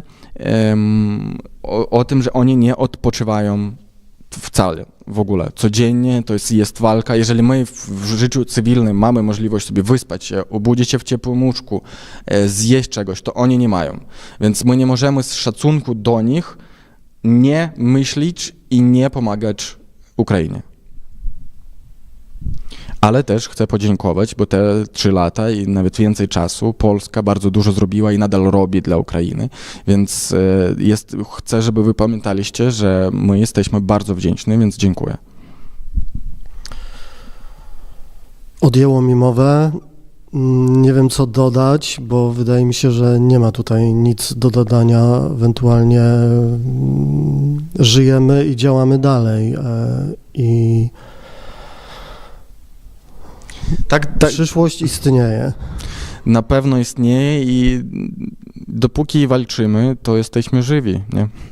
Dopóki mamy tą miłość w sercu. Proszę? Albo odwrotnie. Dopóki jesteśmy żywi, to do tej pory walczymy, co jest dobre, właśnie. Więc istynę można znaleźć w 2 stronach. To tak. Ja chciałbym tylko dodać podziękowanie po pierwsze UKRAiNATV za w ogóle, za każdy raz jak do was przychodzę, czuję się jak w domu. To jest niesamowite miłe. Po drugie chciałbym powiedzieć naszym sponsorom, partnerom, to jest ważne, naszym partnerom, których też będziecie widzieć tu na ekranie, może już zwróciliście uwagę, bo zawdzięczając im, my mamy możliwość stworzyć ten projekt. No i oczywiście, że miastu Krakowa i konsulatu ukraińskiemu, które wspierają ten projekt i tak, dziękuję wam bardzo. Dzięki. I zapraszam oczywiście. Dzięki, też zapraszamy. QR-kody do zbiórki, jeżeli do jakichś dodatkowych materiałów nam dostarczycie, to będziemy je udostępniać przez całe 24 godziny naszego specjalnego efiru. Super. Dziękuję. Mamy to.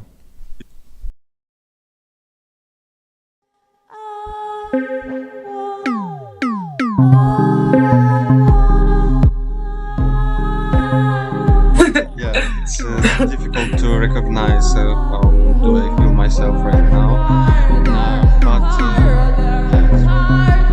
here, Julia, I was sleeping, listening to your radio this morning.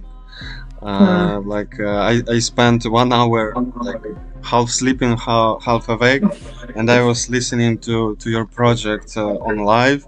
I was sleeping in a tent in studio, and I was kind of meditating and kind of tripping in these stories, because I was recognizing voices of people, and in general, it was interesting experience.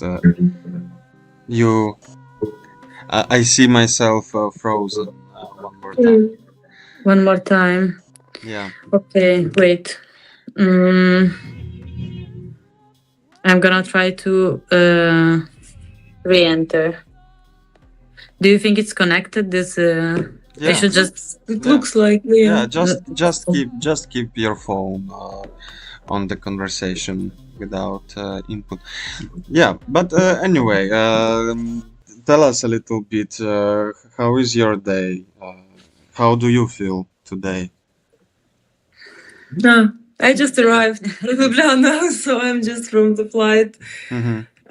Happy to see Julia. I don't know, a bit in between, this state.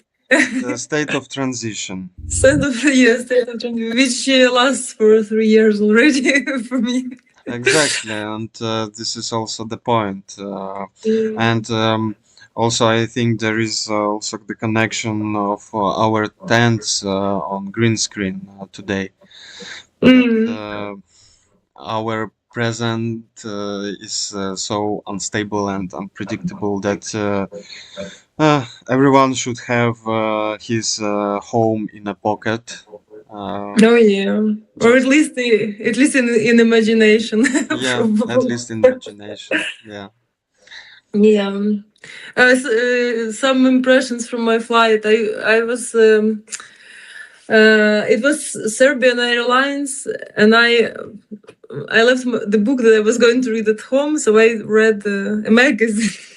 This like plain magazines, where you can read about different countries. There was some nice articles about Lisbon, Budapest, Ljubljana, and among others, one article dedicated to the Peter the Great.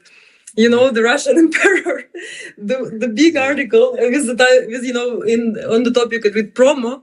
It was a promo material, a big article about Peter the Great, how he traveled across Europe and learned everything from European countries. Especially he liked Dutch imperialism, so he stayed in Denmark for a long time. Yeah, it was a trip from Amsterdam to Belgrade. An omen of also what you're gonna...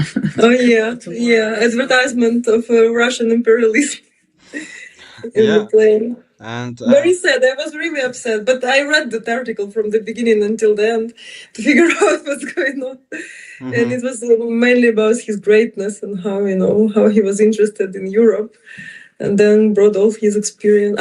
Also an interesting moment that during his stay in Amsterdam, he attended different exhibitions, museum, and executions.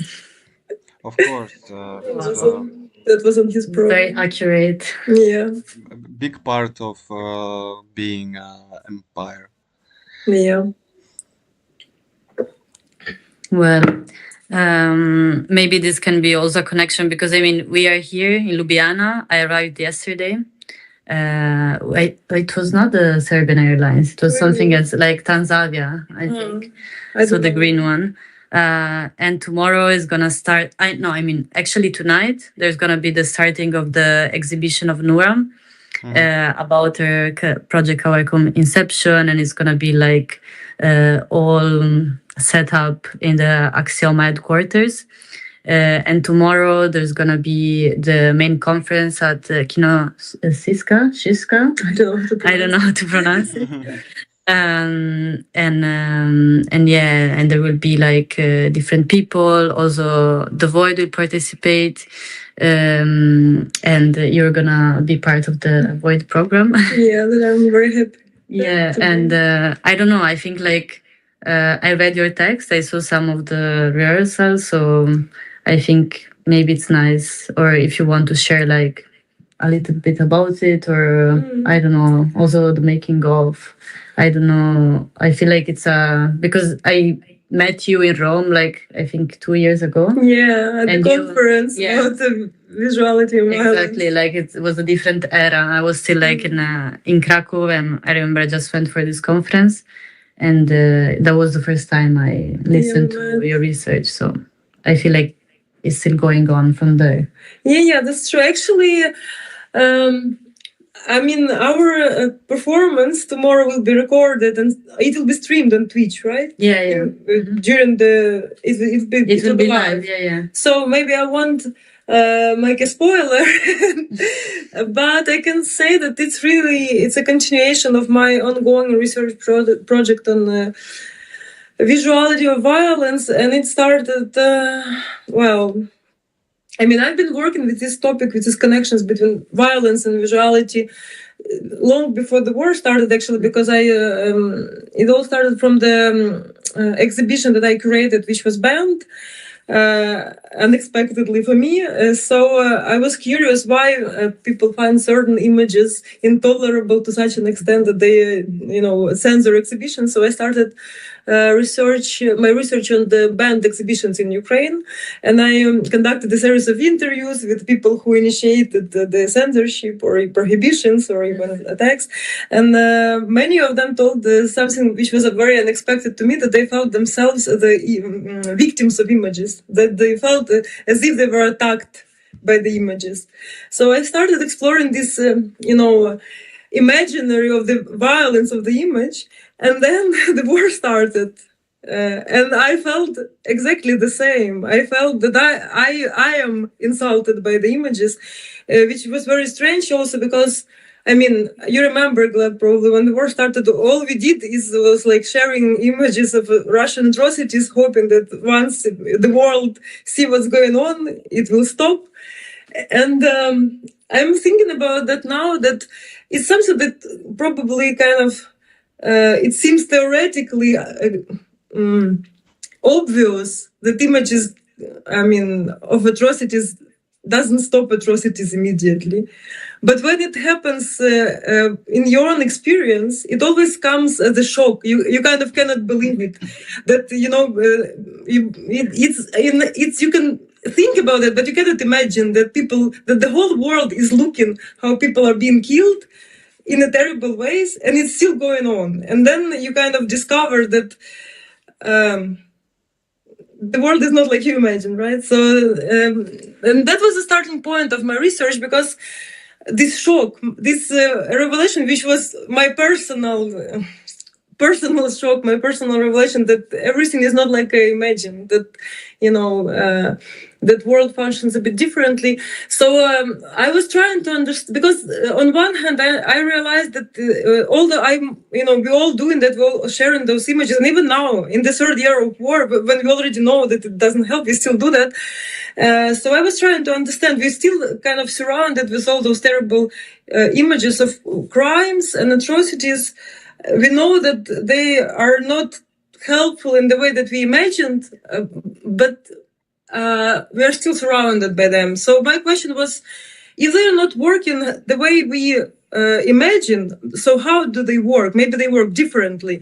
And my first things that I tried to reflect, because I felt that somehow in a very tricky way, I feel that I am kind of insulted by the images that I want to share with the world, with the images that I want to share as a weapon as a tool to bring justice. In the end, they somehow hurt me, not the aggressor, those who commit all those terrible crimes, kind of, it seems that they're completely immune to this.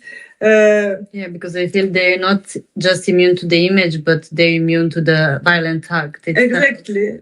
So my first text was about that. My attempts to reflect on what's going on with me.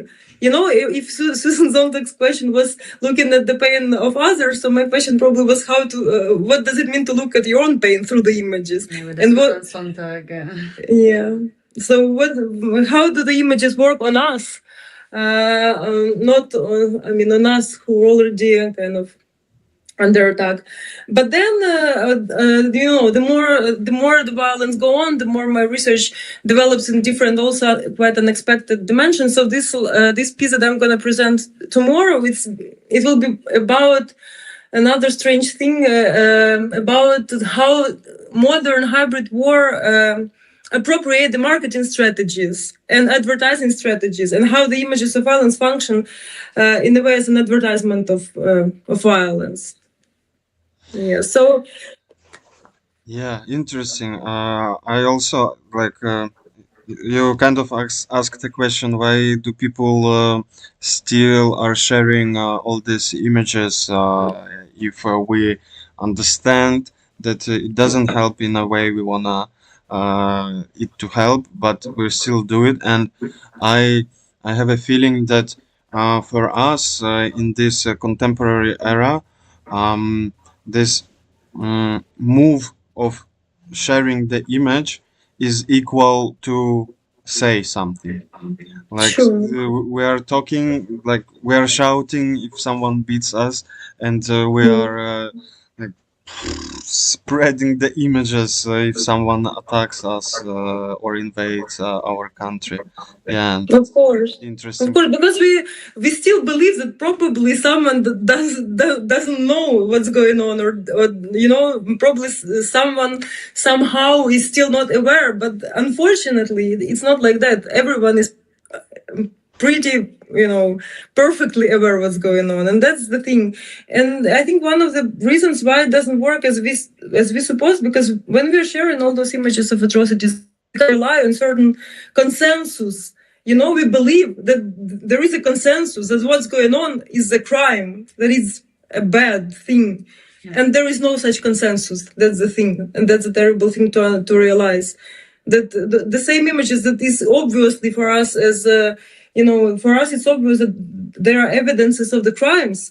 For other people, there are probably, like for Russia, for example, probably there are evidences of their greatness and power, in a way. Mm-hmm. Or for other, you know, people who are still outside of the conflict, probably that's a sign that they should be very cautious not to, you know, make Putin more angry. And, you know, there are so many shades of meaning that can be unexpectedly read into those images. It's not obvious at all, unfortunately. That's what I also, you know, realizing, and it comes very kind of unsettling.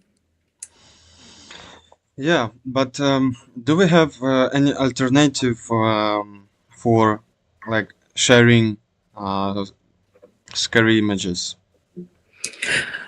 Well, I think that yeah, as I said, it's. I mean, it's already Benjamin said that the photographic image is always unavoidably ambiguous and uncertain. So the words what matters. So I think, you know, how you frame it is very important. It's we cannot rely on the images alone. We also need to create the meanings for them. And we have to work on these, you know, communities of the shared meanings, which are being dismantled at the moment, you know, for many reasons. Mm-hmm. And that's probably the task. And of course, another thing which is crucial, and it's difficult for me to speak because it's not my kind of field of expertise, but I think, you know, for the images of crimes functions as evidence of crimes, there should be a real legal action, which we, for some reason, don't see until now. And that's the thing, because if the violence, if the murder is happening and the murderer is not punished, then what does it mean? Then probably it's not a crime if it's not punished. Yeah. And that's the framework that we really need, the legal framework, mm-hmm. I think. Otherwise, we're, you know, I would refer her to this Nicholas Mirzoev theory of visuality when he says that visuality is actually a tool for power. You know, when you establish a power, then you kind of make your power visible with the help of images. And that's what Russia is doing now. It establishes, as Putin says, new world order. And the images of violence are proof of that new world order. That's the world order which is coming, the order based on pure violence and force. And that's a proof that they can do that. And it's working. Surprisingly, people are really scared and they really buy that. You know, that if you make Putin angry, then probably he will do something terrible for you. So instead of being an evidence of a crime, those images, while we are not acting on them in a legal way, properly, turns into the evidence of power, of unpunishable power, which is terrible. So the task is, you know, to create meaning, to create consensus, and to create a proper legal response to that. Yeah, and so I don't really know to communicate in a more complex way. Yeah, I think so. Yeah, and also to not create, I think, like a precedent of, you know, the unpunished. Of course, that's the most important thing, not to create the precedent of unpunished. Well, there are plenty of precedents like that, but it's also, you know, I heard this argument so many times from people in Europe that when I'm saying that it's horrible unpunished crimes, people told me, but you know, Europe and US committed so many crimes which went unpunished. So it's already kind of a justification for the further crimes to happen, but of course it's not an argument because it's, yeah, I mean, like, I think they can answer like that because they don't feel like so touched, you know? Yeah. This is, I think, like, this is also something that maybe I can connect to, because I feel like I didn't answer it, so I don't want to interrupt. Just, I had like this connection to what Seb did about the radio, like that you said that you were listening to that. And actually I'm really happy because it's, I don't know, a project that I started, and I started to feel connected to this war in a different way when I started to live in Krakow, so in Poland. And for me, this was like a turning point because, of course, like war started in February 2022, and I was still in Milan. And I remember like that spring, summer, I went to some protests in Milan, and it was also weird because there were a lot of people that were like old communists, you know, and they were like, ah, yeah, but you know, NATO is also ruining the world. So there was already like this kind of big shift in Italy, I think. And then when I went to Krakow, I don't know, I started to work with UKRAiNATV, so with people from Ukraine, Belarus, Georgia, Lithuania. I had also some friends from there before Gitis and Ruta. And yeah, like for me, it was like interesting to see how actually it is so simple. And, you know, like I also felt like, we should all be, I don't know, actively involved in this. But then until you're not feeling scared or like endangered or like you have a very personal, you cannot achieve that. Also, I don't know, I think there is also a layer of protection of ourselves. For sure. So when I was in Italy, I think like, of course I was enraged and sad and also a bit scared, but you know, it's like you hear a story from a friend of a friend of a friend. So it's never like you or your family or someone that is close to you. And then I started to, of course, like grow a relationship with Gleb and Sofia and all the people from the studio and Ksenia and everyone. And it really, I don't know, it felt personal finally. Also in a very bad way, because I was also a bit traumatized, I think, like through these stories. And then I decided to collect these interviews. At first, it was a bit controversial the way I wanted to do it, because it was also an experiment, like a cultural experiment.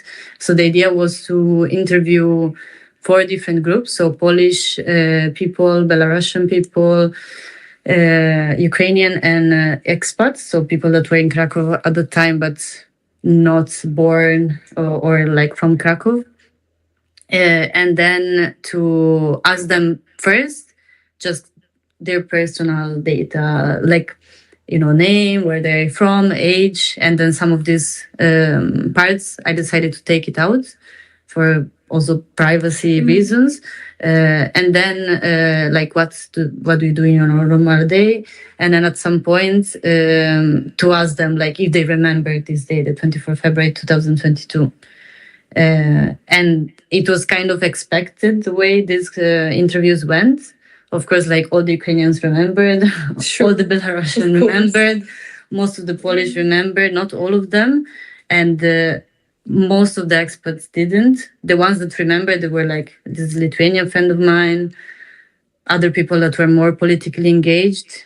But it was easy to see how you could draw them up. And then this was also a way to, I don't know, keep an archive and a memory of these stories and of this very specific day. So maybe a question to you could be like, if you want to share your 24 February 2022 in the 3rd year now. So I don't know, it could be interesting to. Of course, 24, the day when the war started. Yeah, of course I remembered. I remember the days before that. I wrote down, maybe a week before the war, day by day, because I wanted to also to remember that. But on 24th, it was a strange day, because the day before, a few days before, everyone discussed whether the war will happen or not. and I worked at the time at Pinchuk Art Center, and we also like couldn't focus on the work. We were discussing all the time, you know, what we're gonna do, what will happen, what will not happen. Most of the people I talked to didn't really believe that the war was going to start, and that's, you know, that's what you also said, that unless it touches you, you try to keep the picture of the world. This is not possible. You know, you will do that until it's possible for you. So you want to keep you know, this imagination of the better world than it is in reality, and that's what most people did in Ukraine. Most of the people didn't believe that the war could happen. Although, again, there was a lot of images of the Russian their vehicles around the border. I mean, it was so clear that it's coming, but we still tried not to believe. But I was probably, I mean, I probably was among those people who were the most, like, how to say that, not prepared, but I thought that it's really could happen, because I had dreams about that. Before the war, I had dreams that the war is, and like that the war is happening in Kyiv. I had the dreams like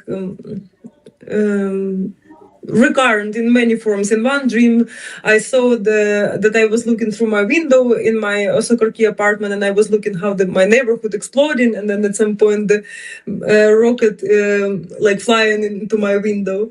Another dream was like that everything in Kyiv there are fights, and we are trying to escape with my daughter, and we run into some train station. So I had these dreams, and I was telling my friends that I think the war will happen in Kyiv, because I had dreams about that, and they were laughing at me. But in the end, when we were the day before the war on 23rd, around the New Year, I ordered a bed for my daughter, because she slept with me, and then we decided that she's old enough to have her own bed, so we were choosing very nice bed. It was a bed in the shape of a cloud, and we ordered it around the Christmas, and we were waiting for that bed for a long time. And then on 23rd, finally, it arrived. So it arrived in dismantled form. So it was like a Kia style. So the whole, like half of the night, we were making this bed, like until 2 or 3 a.m. And then we fell asleep. My daughter slept once on that bed, and then at 5 a.m. we woke up of the sounds of explosion. And because I had those dreams, and especially because of the dream about the rocket flying to my window, I said that we have to leave immediately. And I was really like pressing to do it as fast as possible, because I was afraid that it could happen as in my dream. So we took this suitcase, a little hand luggage. Yeah, I'm still traveling with it. It's here. Little suitcase. I only took my documents and my daughter's Elsa dress, because we thought that maybe we should take something nice with us, and you know, some very basic things like my diplomas, or also I took some remains of the food from the fridge, and we went out of our apartment at the Sokorki without any plan what to do. It was just, you know, we have to move somewhere, and we didn't have a car, so my partner suggested that we have to go to the subway. The subway was the entrance was free for some reason that day. It was free of charge, and it was almost empty. The streets were empty, and it was such a nice weather, like early spring, a little green grass around, very silent, like after the new year, you know, very silent. No one is rushing nowhere. Warm. And we went to the subway, and in the subway we couldn't also decide where are we going. So I suggested that we have to go to the Zhytomyrska, because it was the like the last station, like far western station of the Kyiv, because my idea that we probably have to somehow, you know, reach the Polish border. And also just before the war, I read a book which was called All Invisible Light. It was the book about how the Second World War started in France. In the beginning, and the first chapters was very similar to my experience, because it was all about how people discussing whether the war will start or not, and most of the people didn't believe. And then suddenly the war starts, and no one is ready. And the main heroes is a blind girl and her father, and they're trying to escape Paris, which already kind of bombed or attacked, and nothing is working. So the trains are not going. They cannot buy the petrol. They cannot they cannot get the car. So they are walking. They are walking to some village or something. So I also had this picture in my mind, and I imagined that maybe we will walk. So that's why my suitcase was really small. Also, we took some stupid things, like we took a hammer and a knife to fight with enemies, just in case, a rope, a candle. Yeah, some strange collection of things. But in the subway, my partner convinced me that we have to go out at Vydubychi station, which is a bus station, because his idea was that we have to go not to the border, but somewhere outside of Kyiv, to some smaller, probably to Obuchiv. He wanted to go to Obuchiv because his grandma was from Obuchiv. So we went to this bus station, and then we didn't have cash. And all the cash machines didn't work, so we couldn't buy tickets. And I don't even remember if it was possible at all. So there were lines of people, a mess. We couldn't find any bus. So we were hanging at this bus station. A lot of military vehicles were moving around, and the sounds of explosions. And also it was scary because it was unclear what's going on. Another impression from the first day, that when the war started, of course, the first reaction that I opened my phone and started checking internet, what's going on. And, there was at some point, there was some note from the government that the war has started. But besides that, there was almost no information about what's going on. And that was such a strange feeling, that at the moment when you need the information the most, the whole information system doesn't work. I mean, you can get any hints on what you should do, where you should move, where is safe, where is unsafe. Yeah, it's like massive collapse of infrastructure. Massive collapse, yeah. Infrastructure, technical infrastructure, informational infrastructure, governmental infrastructure. Yes. It's like everything like that. Yeah, and it was the first time when I felt that, that my belief in the internet is illusion, it's not but in the end it's like you need to the internet doesn't work. Actually, the information the whole information space doesn't function as we supposed it should function. So we were at that bus station. We couldn't figure out what to do, and then we saw some bus, a green bus. It was staying a bit aside, and a lot of people around them. So we went to that bus just to ask, and figured out that it was going to Izmail. And Izmail is a city on the Romanian border. I knew there is a border on the Danube River, a border between Ukraine and Romania, close to the Izmail. I knew that because few years before that, I curated a performance by Maria Kulikovska, Ukrainian artist. The performance was called Raft Crimea. And the idea was that she was, because Maria was from Crimea, which was annexed at the time already. So she created this performance where she lived on the raft called Crimea, like she created her own Crimea on the raft. And then so she lived on this raft in Kyiv, in the Dnipro. And then the idea was that she has to move on this raft down the river, down the Dnipro River, then to the Danube River, and then try to cross the border with European Union, which is the border in Izmail, actually. So we traveled with that raft with Maria. That's why I knew that. And then, so first we did it as a performance, and then it happened in reality to me, because in the end we took that bus that went to Izmail, and we traveled to the same actually border on the Danube River. We came there at night, And I remember the people in Ismail. So there was a curfew, no one on the street except us. We were waiting for the morning to come, but at some point the only car was passing on the street. We got that, and it was a taxi driver who went home. But we asked him to bring us to the border, and he agreed. And he was looking at us as if we were insane, because he said, "Why are you going to this border during the night?" We said, "But the war has started, don't you know?" And he said, "Well, that's your problems in Kiev. We won't have it here. We are peaceful people. Nothing will happen here in Ismail. We are not even Ukrainians. There are 20-something nationalities living here, so that's your people in Kiev provoked it somehow, and that's your problem." So yeah, he was looking at us as if we are crazy. But he brought us to this border, and somehow we managed to cross it during the night. We were crossing this river, and it was, like crossing the sticks, very strange experience. So that was the day. Wow. I mean, thank you for sharing it. Yeah. It's very, I don't know. I feel like I shouldn't say this because it's not my story, but it's always like, I don't know, intense to hear this.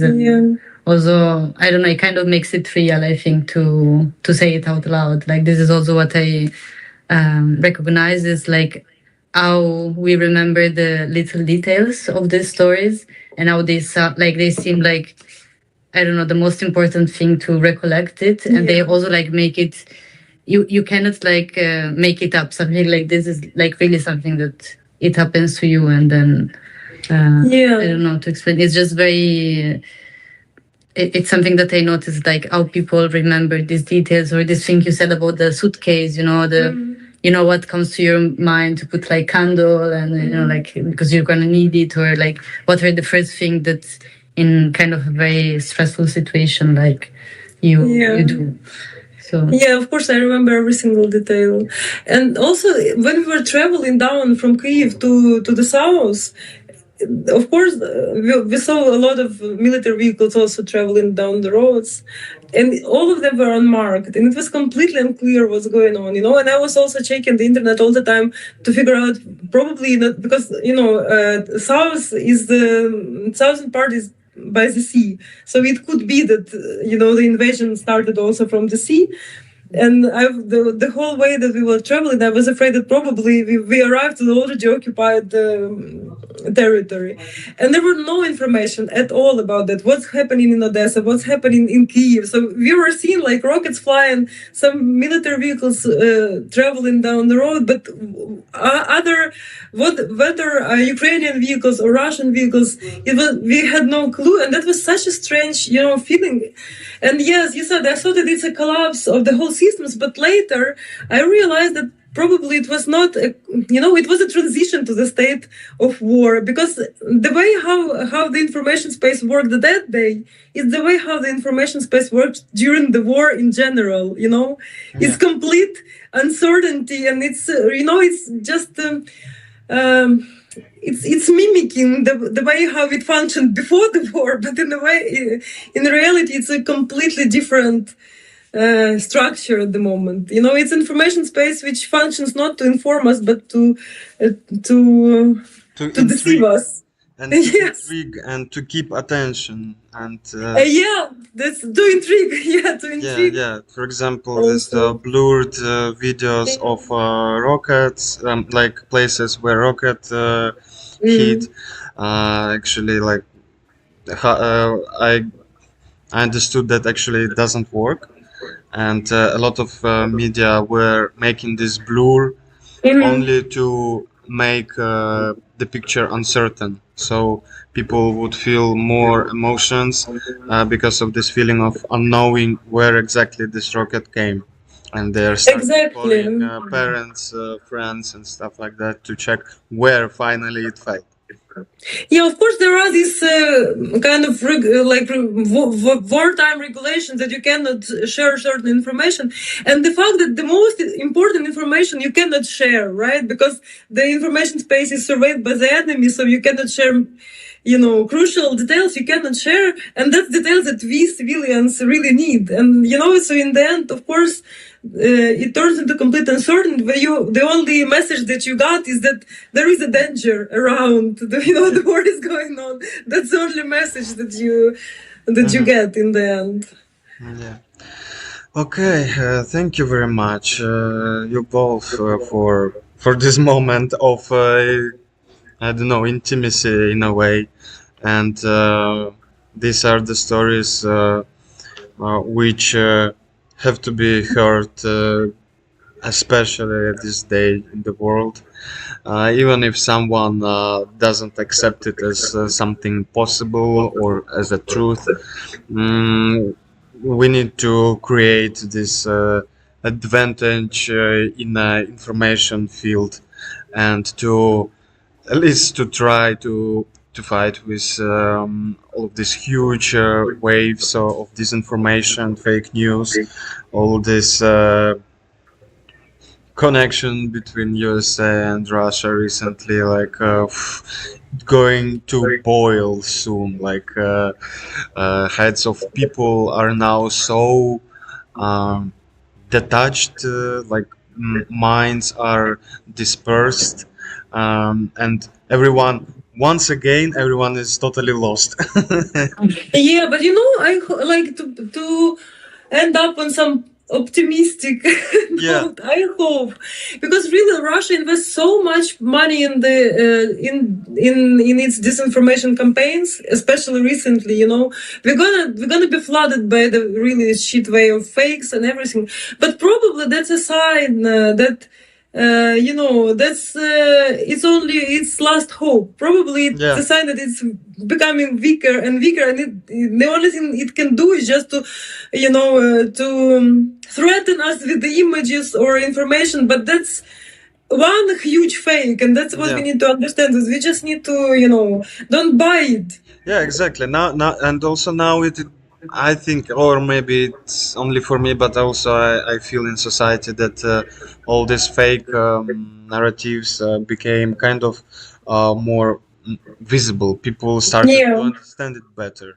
After these 3 years, we are trained to search for proofs, to check information 3 times, and to work really carefully with any kind of info, news, and stuff like that. So this is like a positive moment, and we became more conscious about information and how to perceive it. Yeah. Just also, sorry, if you have some time. 1 minute. For one last. Okay. Well, because yesterday I attended the gathering in support for Ukraine in Amsterdam. It was all around Europe, but that was great. So many people came there.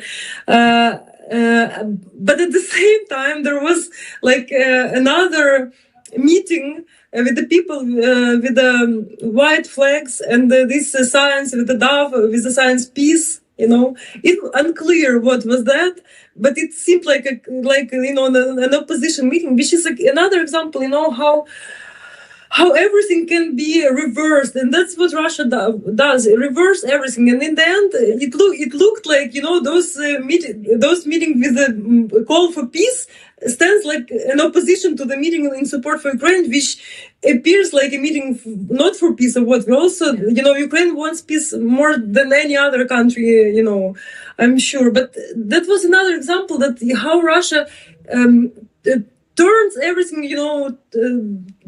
around, and in the end, all those again the images of atrocities it commits, it uses as a proof that we have to make this truth, because as Trump, what he's saying, that you see what's happening, it's terrible, we have to stop it, and then our own suffering turned against us. And that's horrible thing. And it's not only about the false information, it's about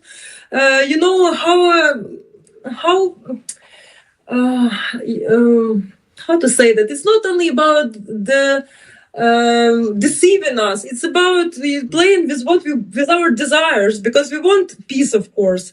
We want peace in Ukraine, and we want peace in Europe, and it's about certain emotional gaslighting or what. So it's not only important to check the true and false information, it's also important to master your ability, you know, to kind of hold on to your own And truth. resist, yeah, exactly. Because what Russia does, it wants to seduce us with some easy solutions, you know, that now we will And do a this solution to a problem that they created. Yes, they create the problem, and then they tell us, you see how terrible war is happening, and we will end it, and you know all suffering will go. So it tries to seduce the world by but it's all it's important just to somehow try to know your own truth in a way, right? And not to buy into simple solutions. That may be what we need to understand. That all those promises that everything can be solved so easily, as Trump suggests, it's always a trap. Yeah. Unfortunately, so. Yeah. Okay. Thank you, Gleb. Thank you very much. Thank you. Thank you for your resistance in these 24 hours. That's cool. We're like, everyone does great job, and you either. Also, greetings to 3022 Borsch Studio. They are in the middle of the process. Wow. So in touch. See you soon. And yeah.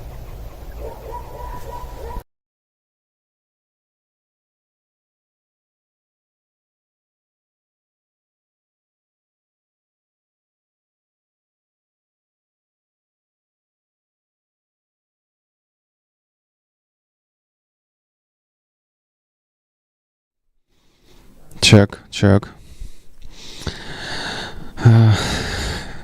Half of myself is present, half is transparent.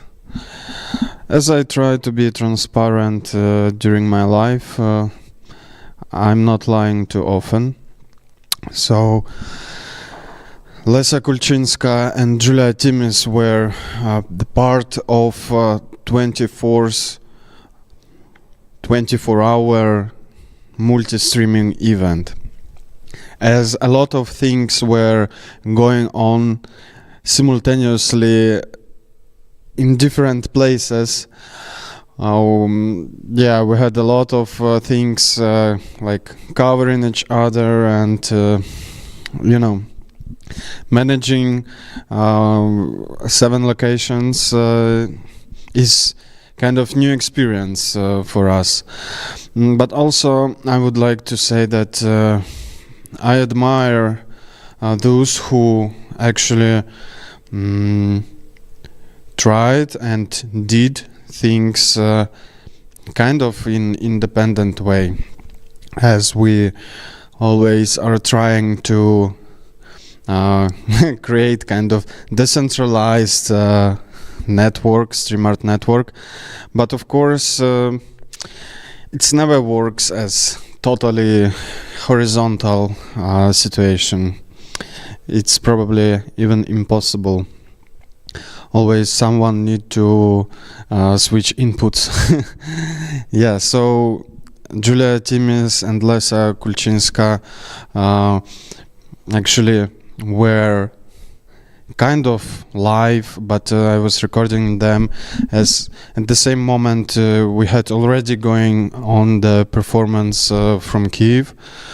But probably also it's a good moment that we could have kind of like a little bit more attention to them and to their words and story of Lesa, how she was escaping. It's I think movie could be shoot based on this story. So thank you, Lesa and Julia. We really appreciate your presence on 24th and today. And I want to ask that today we had like crazy hybrid event with TRONDHEIM and with students there. Alex, Rom, greetings to you guys. And if you are still somewhere around and not totally dispersed in a pixel world and glitched in non-linear connection of the internet. So, slowly we're gonna finish today's affair, but the really important moment that our kind of one of the materials which supposed to appear on 24th, but physically we couldn't stretch time and space, unfortunately, but we are still working on it, and probably in future we could do more in practical way, like damaging timeline. So the last chapter is Onegin DJ mix for 20th radio music to support Ukraine. We got this material from Gittis, from 3022 studio. Greetings also to you guys. We had kind of simultaneous situation as they were preparing borscht, being in the Jitsi call in social club in Vilnius, if I could call it like that.